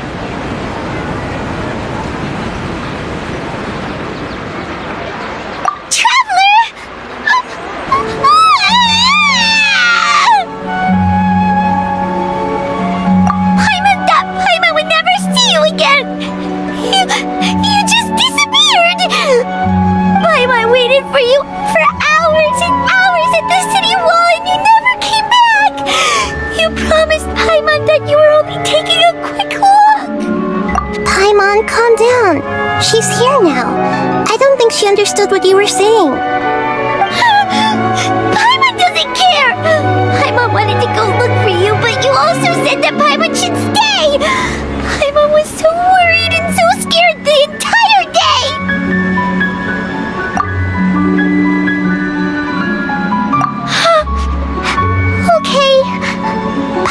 Forgive you. The most important thing is that you didn't actually disappear. Oh, Paimon was so scared that you had gone into another world. Okay, Paimon, can you tell us your perspective of what really happened yesterday?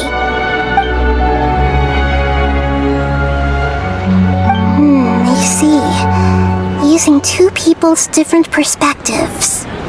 After that, you left the city. Paimon kept her eyes on you the whole time, but then you disappeared in an instant.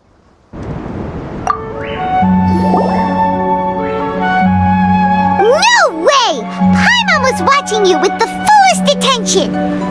What's your perspective, Traveler? You sure you don't have any memory of this? I guess that explains everything. You also lost your memories the last 2 times you tried to leave the city. Those days' memories can't be awoken. So, if we leave the city, our memories will be completely erased? It really sounds like something big outside of the city is being hidden on purpose. But this way, we'll also never discover what's outside! Something like a message? But how can we send it back? Don't look at me like that. I'm not used to being stared at. Well... Okay. You want something that can pass on messages, right? Give me some time and take care of Dunyarzad for me. Yep! Now we're talking!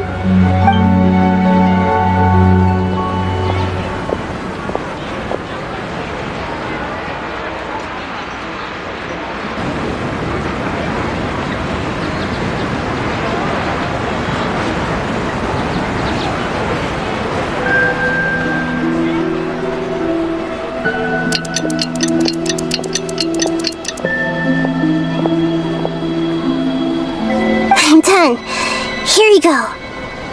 What? Isn't this just an Akasha terminal? I made some little changes. Akasha terminals are already capable of sending messages. I just tweaked it so that it can connect to any node. To make something like this? Nahida, you really know the Akasha like the back of your hand. Anyway, we can use this now to record a message, right? Yep. I'll help you save the messages.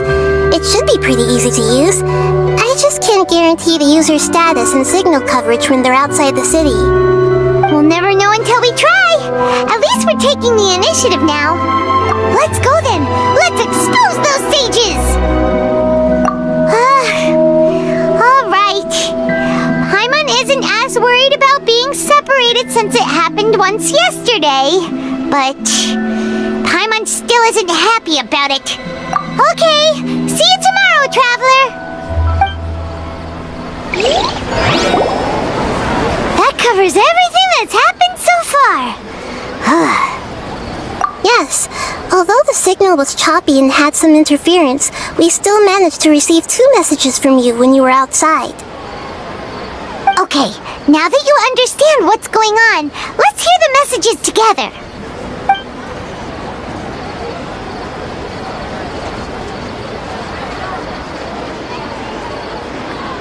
can't go back. There are countless spaces here. Our Sub-Zero's festival in Sumeru City is just one of them. I've entered another space. Before me are flowing sandstone and howling fish. Impossible and surreal sights. All these spaces are empty, except for the occasional ones that contain mute puppets rather than people. I can't sense any human presence.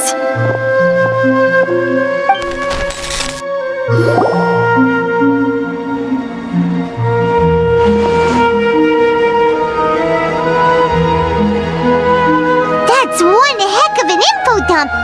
It sounds like you left the Sumeru City space when you set foot outside of the walls.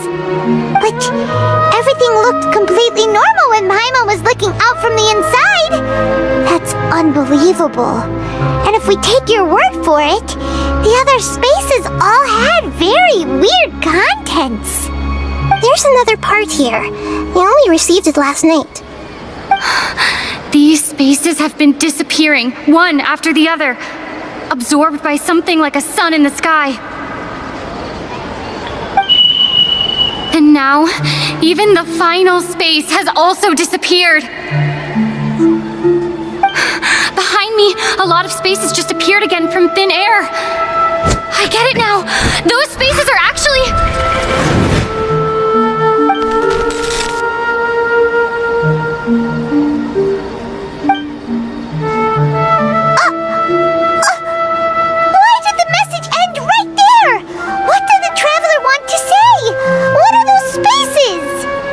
Probably because yesterday just happened to end at that moment. Oh, right. Paimon did hear a beep from the Akasha. Did it come from here or from the message? The message. It should have come from the Traveler's Akasha terminal. After the beep, Traveler said even the final space has also disappeared. Traveler, what do you think that final space could have been?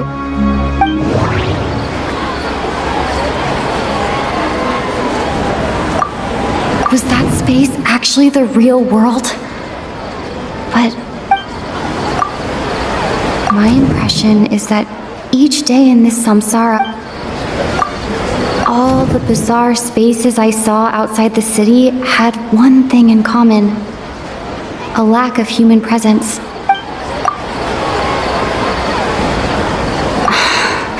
That doesn't sound...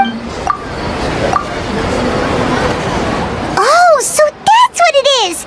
After the sound of the beep, the final space, the Sub-Zero's festival, also disappears, and we're taken to the next day. Later on, Traveler also mentioned a bunch of new spaces materializing behind them. Do lots of new spaces appear every day? Paimon's head is spinning. Just what are these spaces anyhow? Well, consider this. For all the horrors of the Archon War, at its heart, it was just a game where a bunch of gods fought over 7 seats. So no matter how strange or spooky things may look on the surface, maybe all they point to in the end is a small and simple secret. Wow, the Archon War, huh? That's an analogy and a half.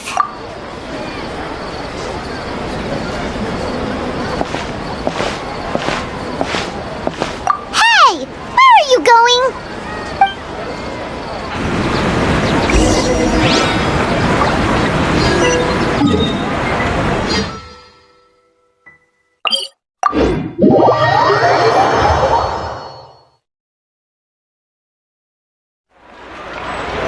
Do you want some alone time to think? Alright then, Paimon won't disturb you.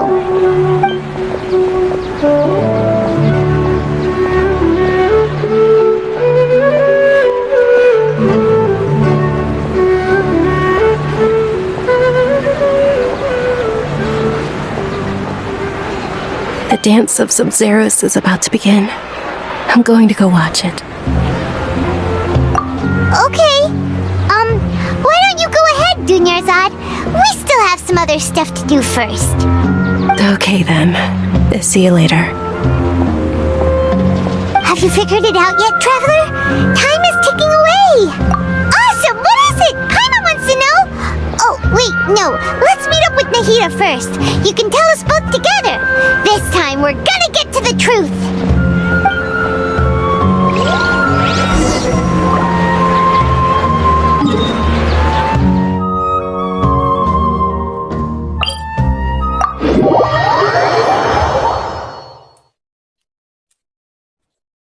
There are leaves around, and I know just the tune to accompany them, if you wish to hear it.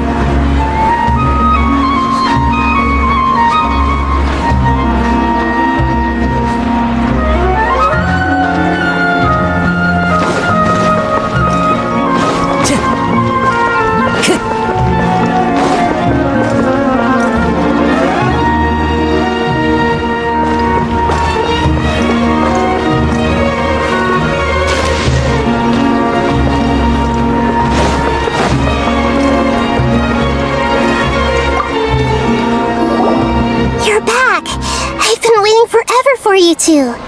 Judging by the looks on your faces, are you ready to take your Sub-Zero's exam and graduate from the festival? Okay, first off, have you discovered the hidden truth?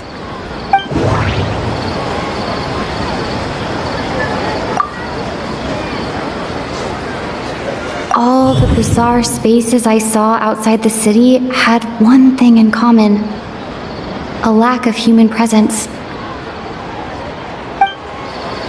Those spaces remind me of dreams, like the one I had in the Avidia Forest.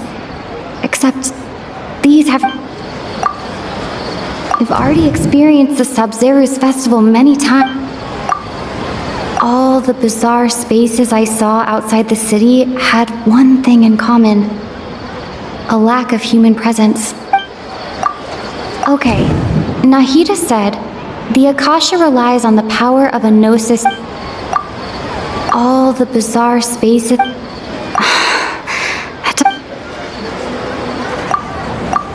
People in Sumeru don't...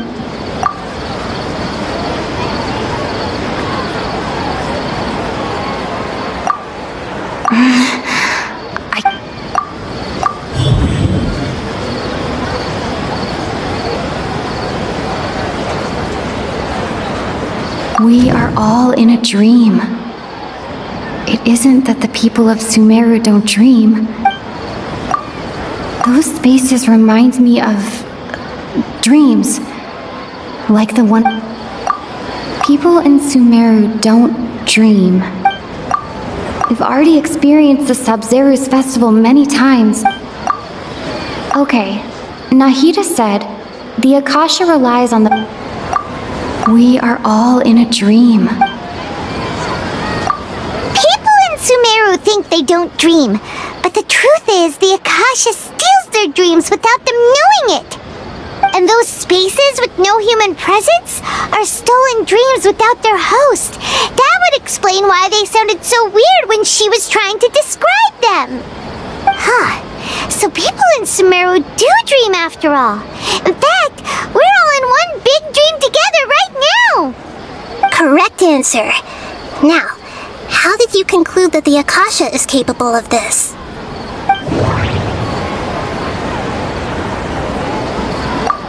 The Akasha relies on the power of a gnosis to operate. It is the manifestation of the God of Wisdom's power. It compiles the wisdom of the entire populace,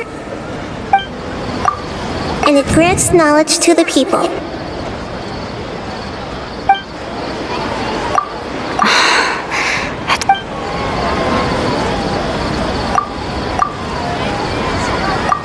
Oh, okay. Those dream-controlling creatures in the forest also get their power from the Dendro Archon, right? That would explain why the Akasha has the ability to control people's dreams, too. But is stealing everyone's dreams really how the Akasha compiles their wisdom? Isn't there anything more to it than that? Dreams are fantastical, complex, and full of imagination. People's brains are the most active when they're dreaming. In other words, dreams are rich bundles of human wisdom. So in other words, the complete opposite of how Hypatia understood it.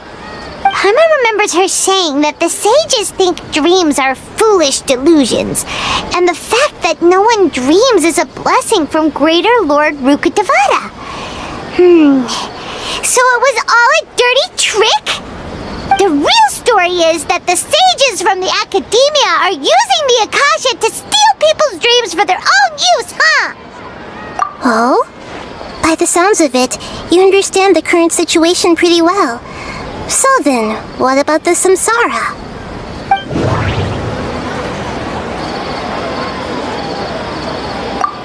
My mind feels exhausted even though I haven't done too much thinking. What is going on? We've already experienced the Sub-Zeru's festival. Grand Sage said, go celebrate the birth of the... The beep is a prompt tone for Akasha operations. Those spaces kept disappearing before my eyes. But as soon as that beep sounded, many more spaces materialized. Those spaces kept disappearing before my eyes. Those dreamscapes kept vanishing. But as soon as that beep sounded, more new spaces appeared.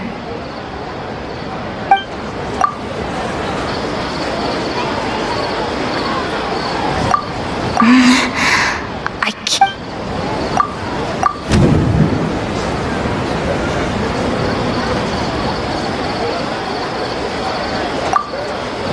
Grand Sage said, go. Correct. The Akasha is keeping each person's brain in a constant dream state, but also separating their consciousness from their own dream. Their disembodied consciousness is placed inside the collective dream of the Sub-Zeru's festival along with everyone else's, while their now vacant dreams are harvested by the Akasha. No one is any the wiser as another day passes in the dream, and so begins another samsara cycle. People wake up to yet another dream about the Sub-Zeru's festival. The dreams that belong to them are once again harvested by the Akasha, and so it continues. So, this is like a dream factory, and the Akasha is a dream harvesting machine. Did Paimon get that analogy right? Very good, Paimon. Using analogies well is an excellent habit to get into. Okay, so that beep we keep hearing is actually from our real-life Akasha terminals. Taking off our terminals in this dream doesn't do anything. Alright, last question. Who am I?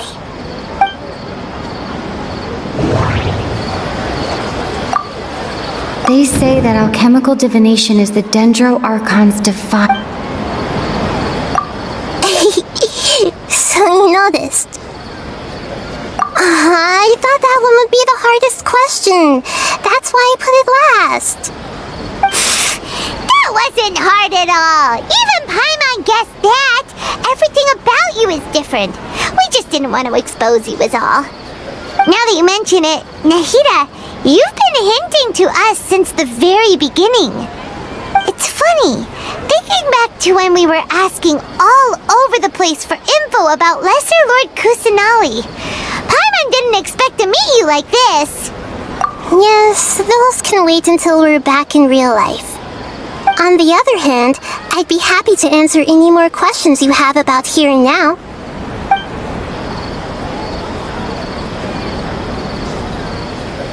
Can humans really keep dreaming forever like this? Will it ever end? And if so, when? You might say your mental fatigue has already answered this question. Eventually, there's only so much that people can tolerate.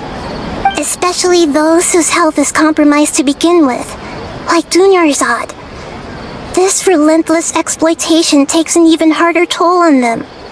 People's lives are at stake here, and nobody knows a thing! We've got to put a stop to this!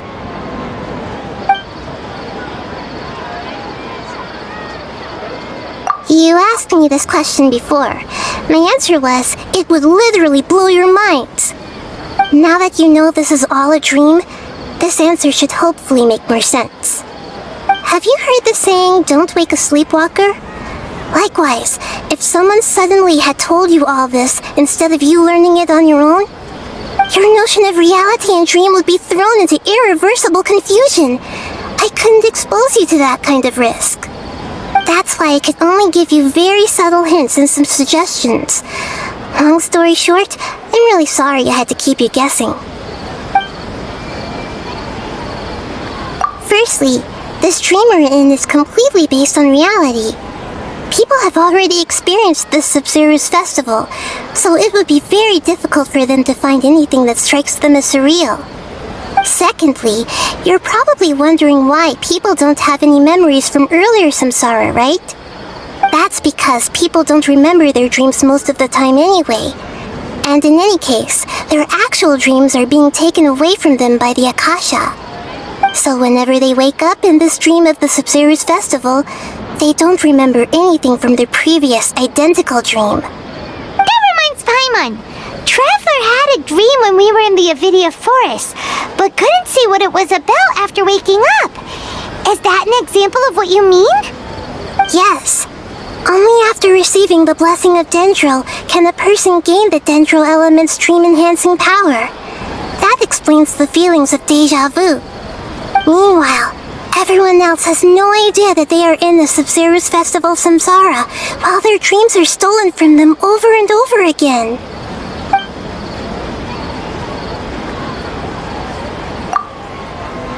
I know, right? Why did they have to base this dream on my birthday?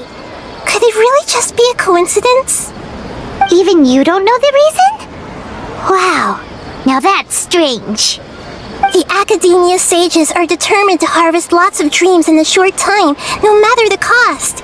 They have to be up to no good. Unfortunately, I don't know anything about it. Traveler, do you have any information?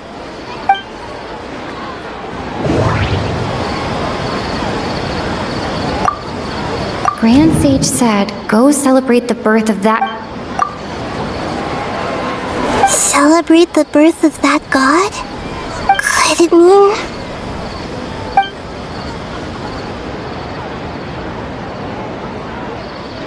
Can humans really keep dreaming forever? You might say you're meant, especially... People's lives are at stake here!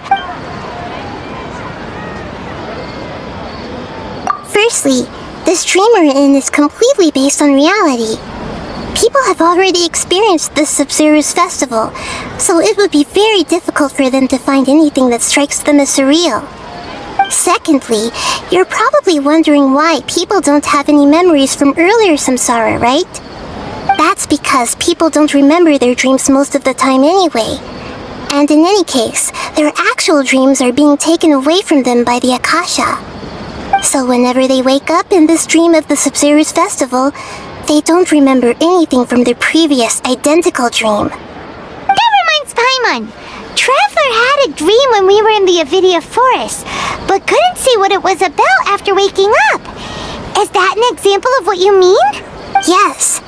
Only after receiving the blessing of Dendro can a person gain the Dendro element's dream-enhancing power. That explains the feelings of deja vu. Meanwhile, everyone else has no idea that they are in the Sub-Zero's festival samsara, while their dreams are stolen from them over and over again. Deceiving the people of Sumeru with no regard for their safety. No matter what they're trying to do, this is unforgivable.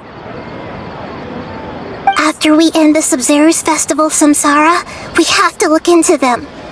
How can the sages of the Academia do this behind their Archon's back? This is ridiculous! In the end, I'm just the moon. The real sun is long gone. A sun and a moon? Nahida's talking in riddles again. Oh, we're out of time today! I'll tell you how to break free of the samsara tomorrow. See you then.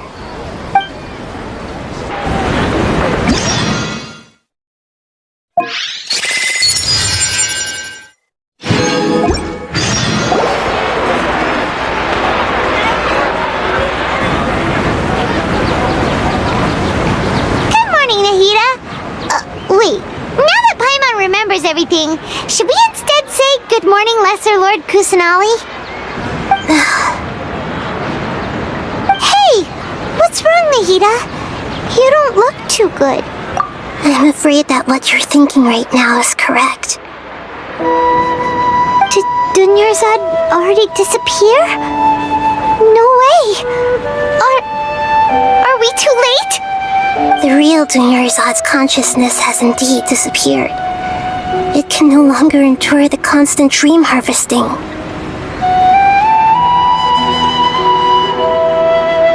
Paimon can't believe it! Wait, so what about that other Dunyarzad? Just what is she? Is she also going to disappear? She's actually something like a puppet, but not completely. The real Dunyarzad's consciousness could no longer keep playing her role in this dream. So another Dunyarzad appeared to replace her in the dream. Just like the grass and the trees, that Dunyarzad is just a building block of the dream that helps to keep it going. But personality-wise, she's nothing like the real Dunyarzad. Puppets are stiff and can't copy a living person's vitality.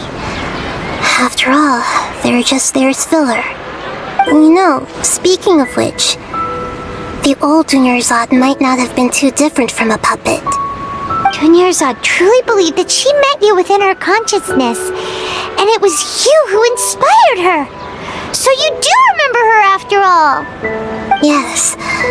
Back then, her family was overly protective of her. No one cared about her personality or thoughts. It was as if she only lived to stall her Elazar.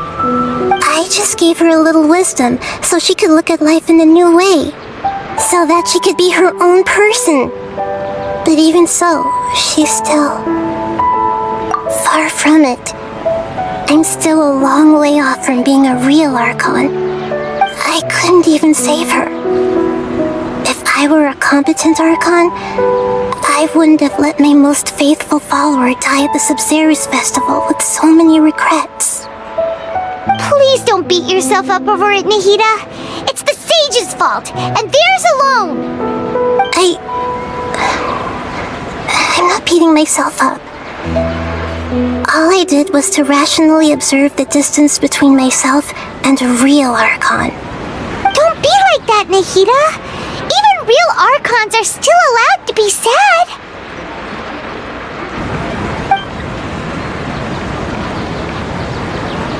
To prevent more tragedies like this, we must end the samsara as soon as possible. Great, but how do we do that? Although the Sub-Zerus Festival dream is under the Akasha's control, only humans can dream. Even the Akasha is unable to create them.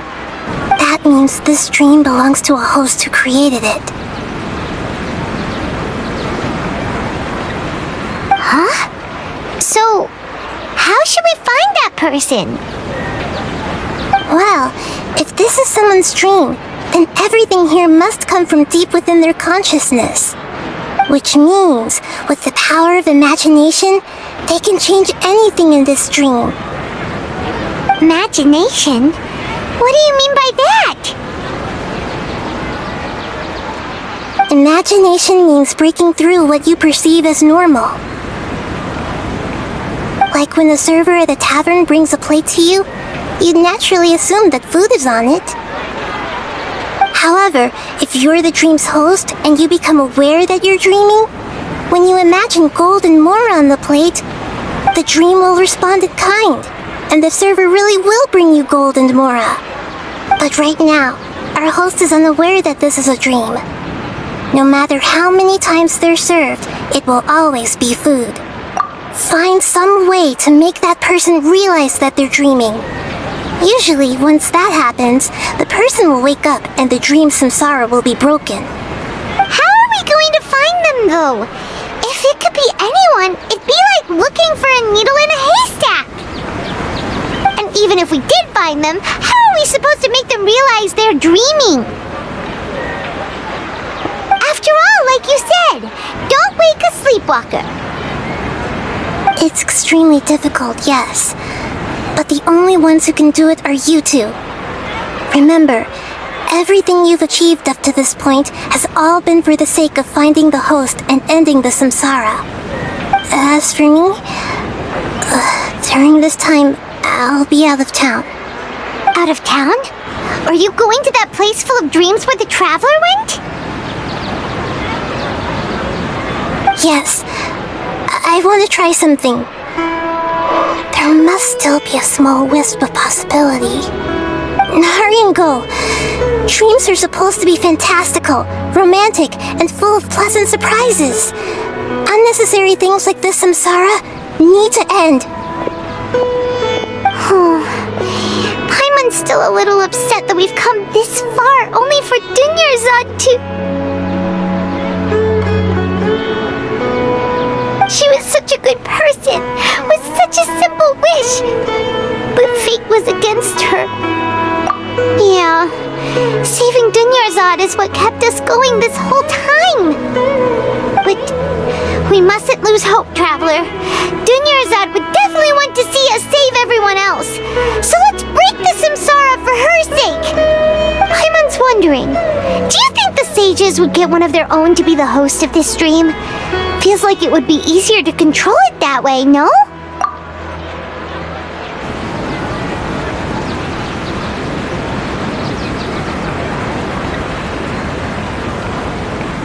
Huh. That's true. Plus, the sages probably weren't counting on there being other factors beyond their control, like Nahida and us. So, who do you think the host of the dream is?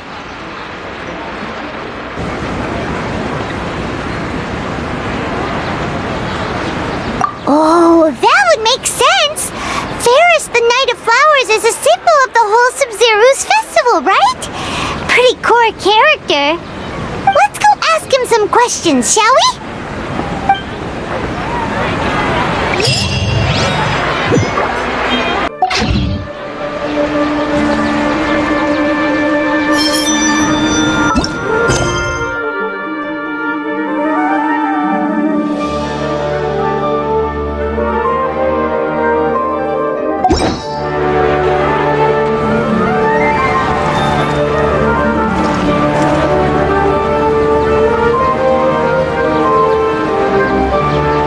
Time to go.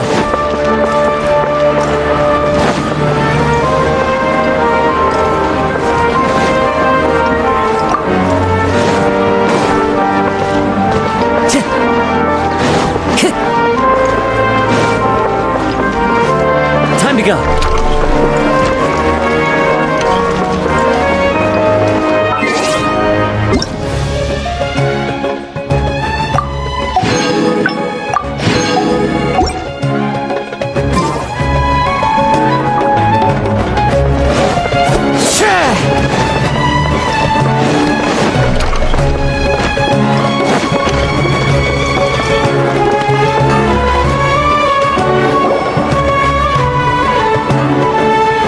You're back. You left in a hurry last time. Is everything okay?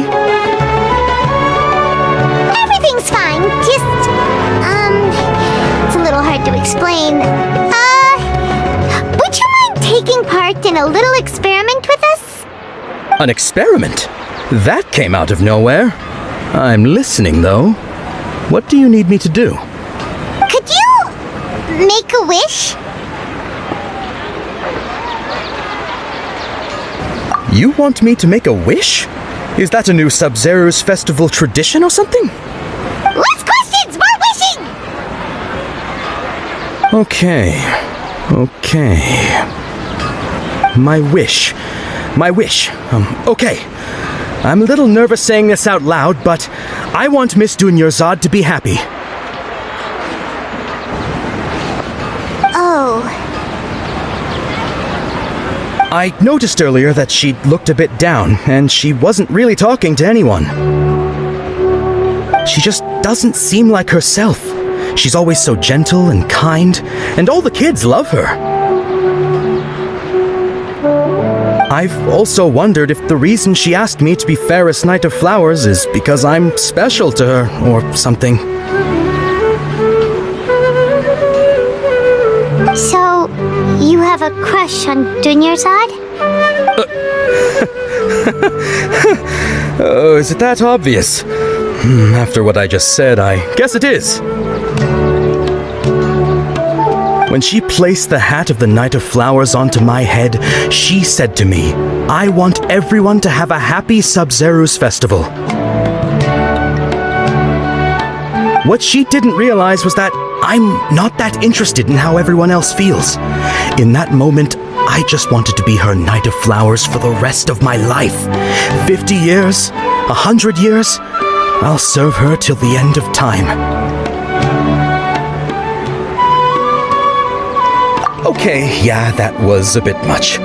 Felt like the right moment to get it off my chest, but that was pretty embarrassing. Okay, I'm ready to make my wish. I would like Miss Dunyarzad to appear in front of me right now with a smile on her face. Here goes. Please come true. I'm gonna open my eyes. Oh, you're... What? Fucky? Sorry, but only one portion of Yalda candies per person. Back home you go. Nice try, you two. Anyway, never mind. I don't need to see her appear right in front of me. As long as she's happy. Guess he isn't the host of this dream after all. Should have expected it wouldn't be this easy.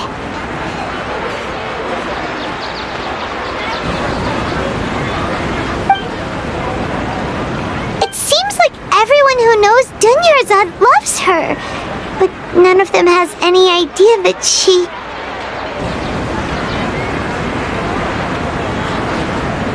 My lady, step back. That sounds like Dia! Oh, right. This is when Dunyarzad bumps into the kidnappers. Huh? But Dia can handle them. Hey, Traveler!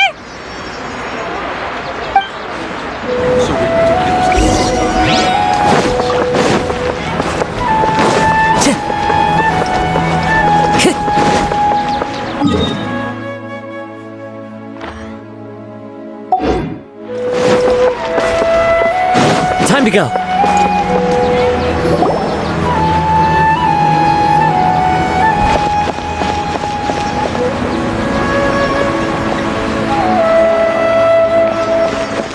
Oh, it's you. Great timing. Please take... Hey, this is my job. The Homiyanis pay me, not you. You... fine, alright. Knock yourself out. Why are you so Anyway, watch yourself.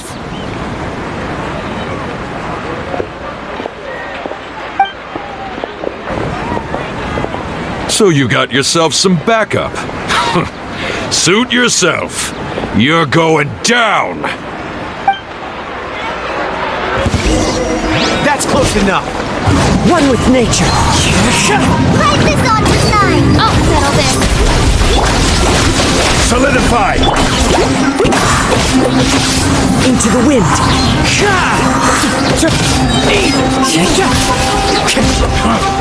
You won this one. Fallen leaves, adorn my night. Our bond is strong. Wind strider.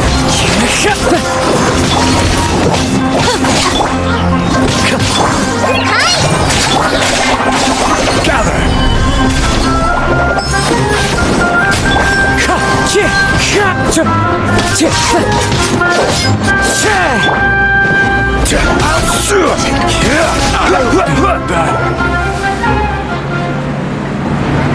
Traveler, were you just taking your anger out on those guys?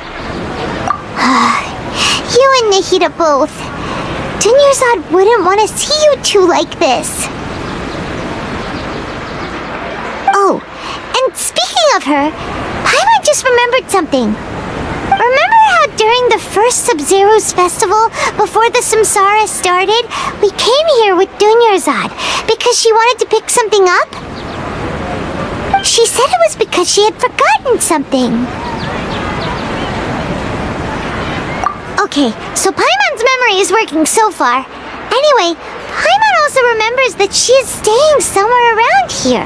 Yeah, even if it's only a tiny clue, it'll probably still help us more than this needle in a haystack search.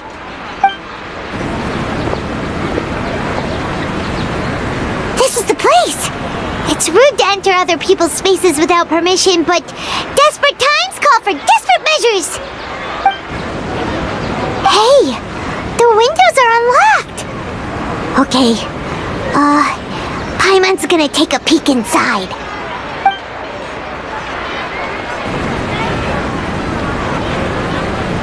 This was only a temporary residence, so there was pretty much nothing inside except this book on the table. Should we open it?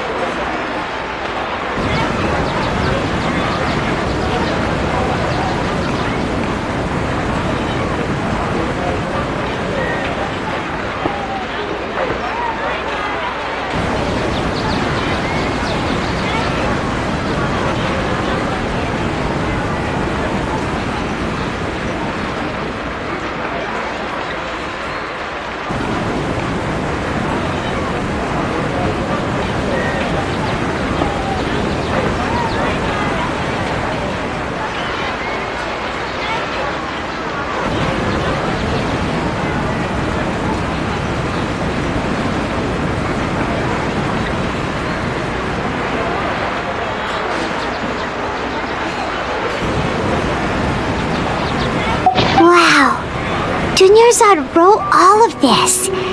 Sounds like she was always thinking of us even while we were away. Even though she was also busy preparing for the Sub-Zero's festival and had all her health problems to worry about.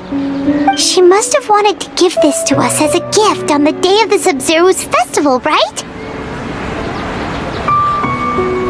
If we hadn't found this book, we never would have known. But now that we know, we can't even thank her. Hey! Where are you off to now?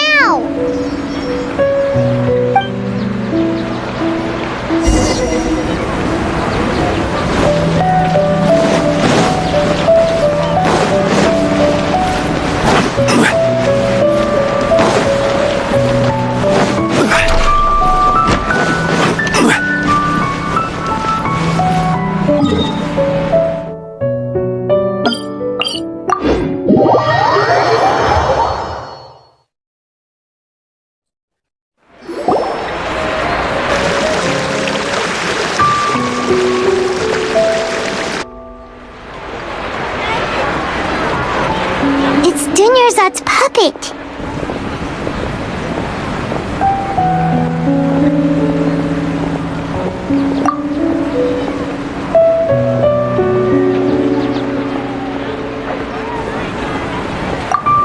Traveler? You must be exhausted. Come to think of it, we've been stuck in this place for a really, really long time. Heck, even the last time we were chatting happily with Dunyarzad feels like an eternity ago.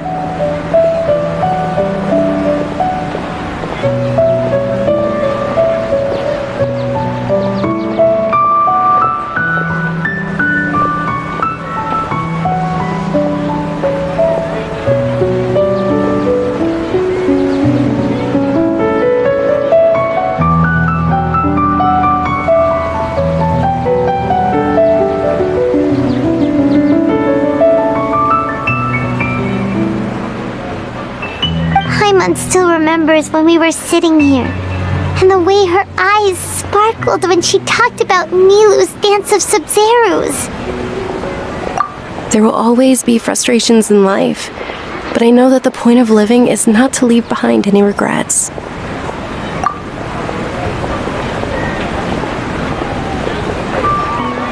That was what the real Dunyarzad said, wasn't it? Does that mean... Yes, Traveler. What is it? Oh, so she's still just a puppet. But just now, how come... What? Where are we going this time?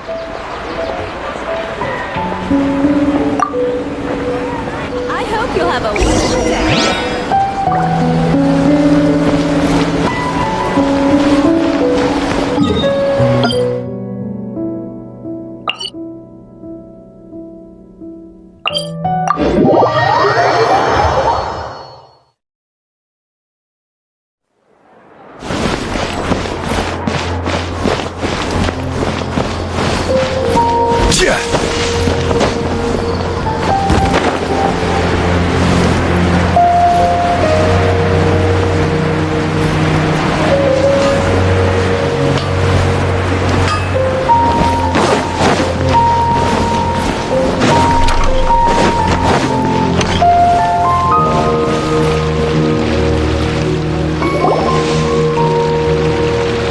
If you continue to resist, we will have to order an investigation into every single event organizer. The Grand Sage has already granted you much leniency. I advise that you exercise tact. How did things turn out like this?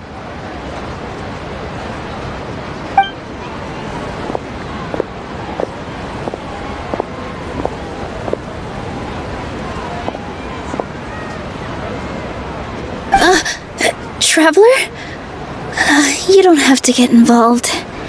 He's a sage from the academia. I don't want to drag you into this. Traveler? Traveler? What the heck are you doing? If you get arrested by the academia, that's another day gone to waste!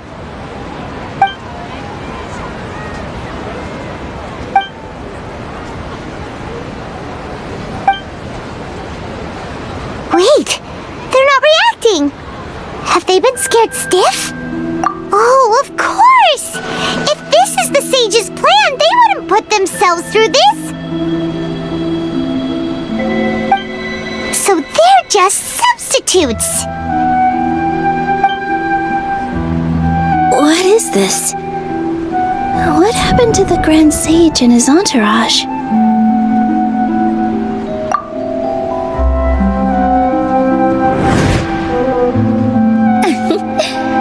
Like I said, they symbolize the goddess of flowers.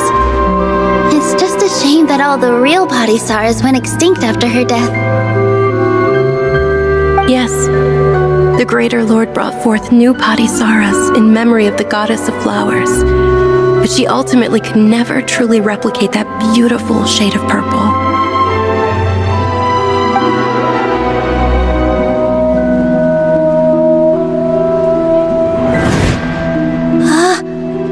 Beautiful shade of purple.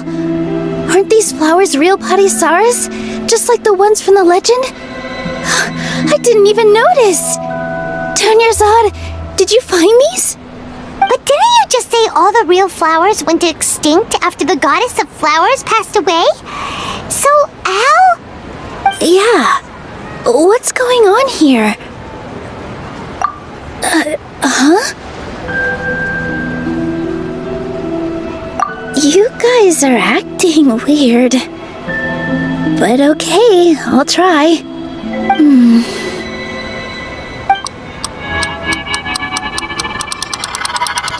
Hey!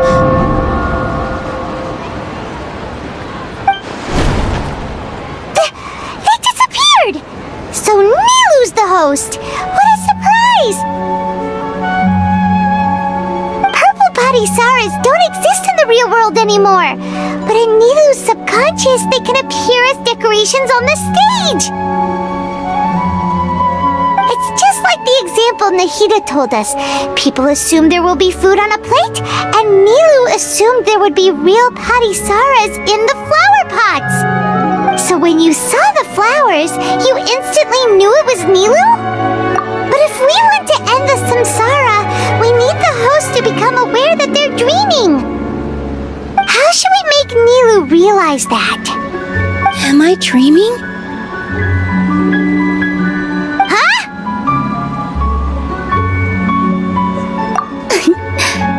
So I'm right.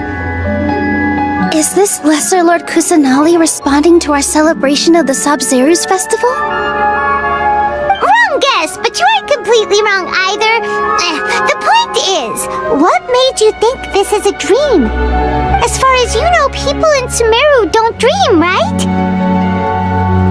Yeah, but have you heard the tale of the first sage?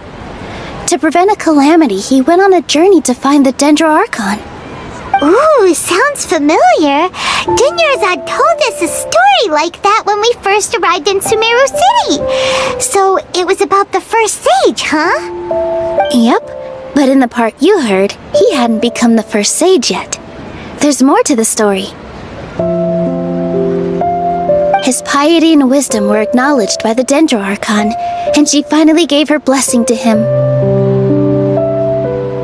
All kinds of spectacular scenes appeared in front of the first sage, as if all the knowledge in the world was being painted onto a canvas right before him. He was captivated. After who knows how long, he mastered all the knowledge he could comprehend. Afterward, he said to the Dendro Archon, "I miss my parents, my wife, and my children. I've been away from home for far too long. They must be worried." The Dendro Archon smiled. The next second, the sage found himself lying in his bed, as if he had just woken up from a dream. His wife, lying next to him, said, "You're off to search for the Dendro Archon today, aren't you? Have a safe journey, my love." In the end, the first sage took care of many disasters in Sumeru City, and founded the Academia. What a happy ending. So, the first sage was dreaming ever since the beginning of the story? He never went on his journey? Yes, but his faith and determination were conveyed to the Dendro Archon, so she blessed him in the form of a dream. Paimon understands where you're coming from now. That's a really interesting connection. But we really gotta wake up soon, like the sage in the story! I see. Well, it just so happens that today's Sub-Zeru's festival is almost over too.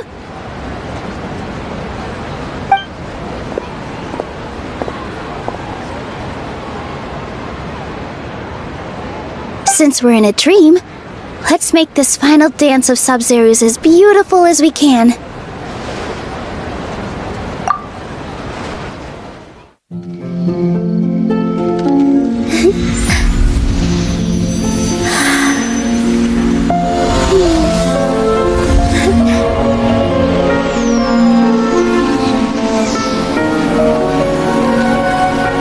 Is over, everyone. I dedicate this to our god, the Dance of Sub-Zeru's.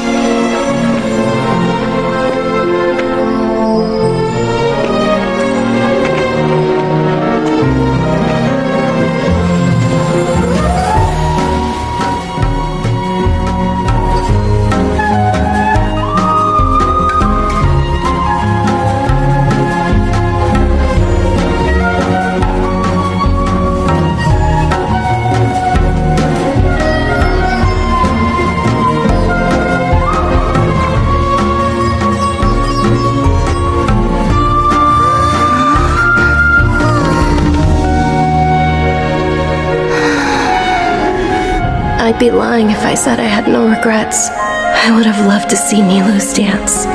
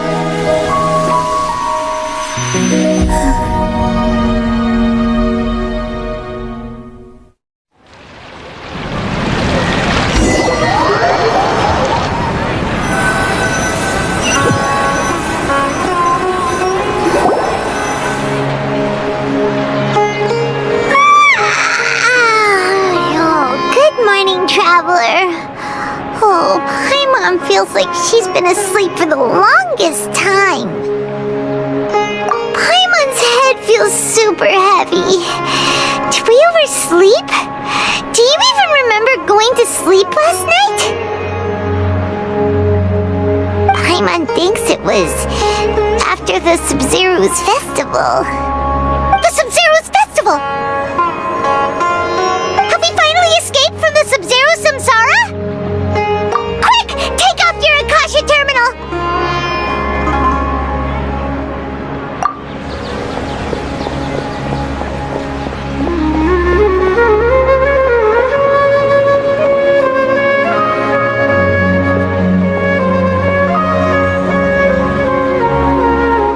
She's not in her room! What happened?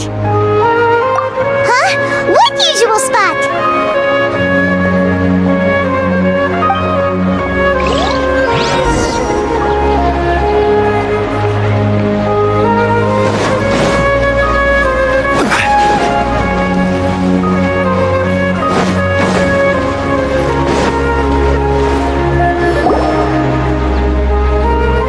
Well done, Traveler and Paimon. And thank you, Dunyarzad, for organizing the Sub-Zero's festival for me. I'm sorry, who are... Dunyarzad! You're okay! Oh, don't scare us like that! Oh, a Traveler Paimon. I have something amazing to tell you. I just had a dream, and I saw Nilou performing the dance of Sub-Zeros.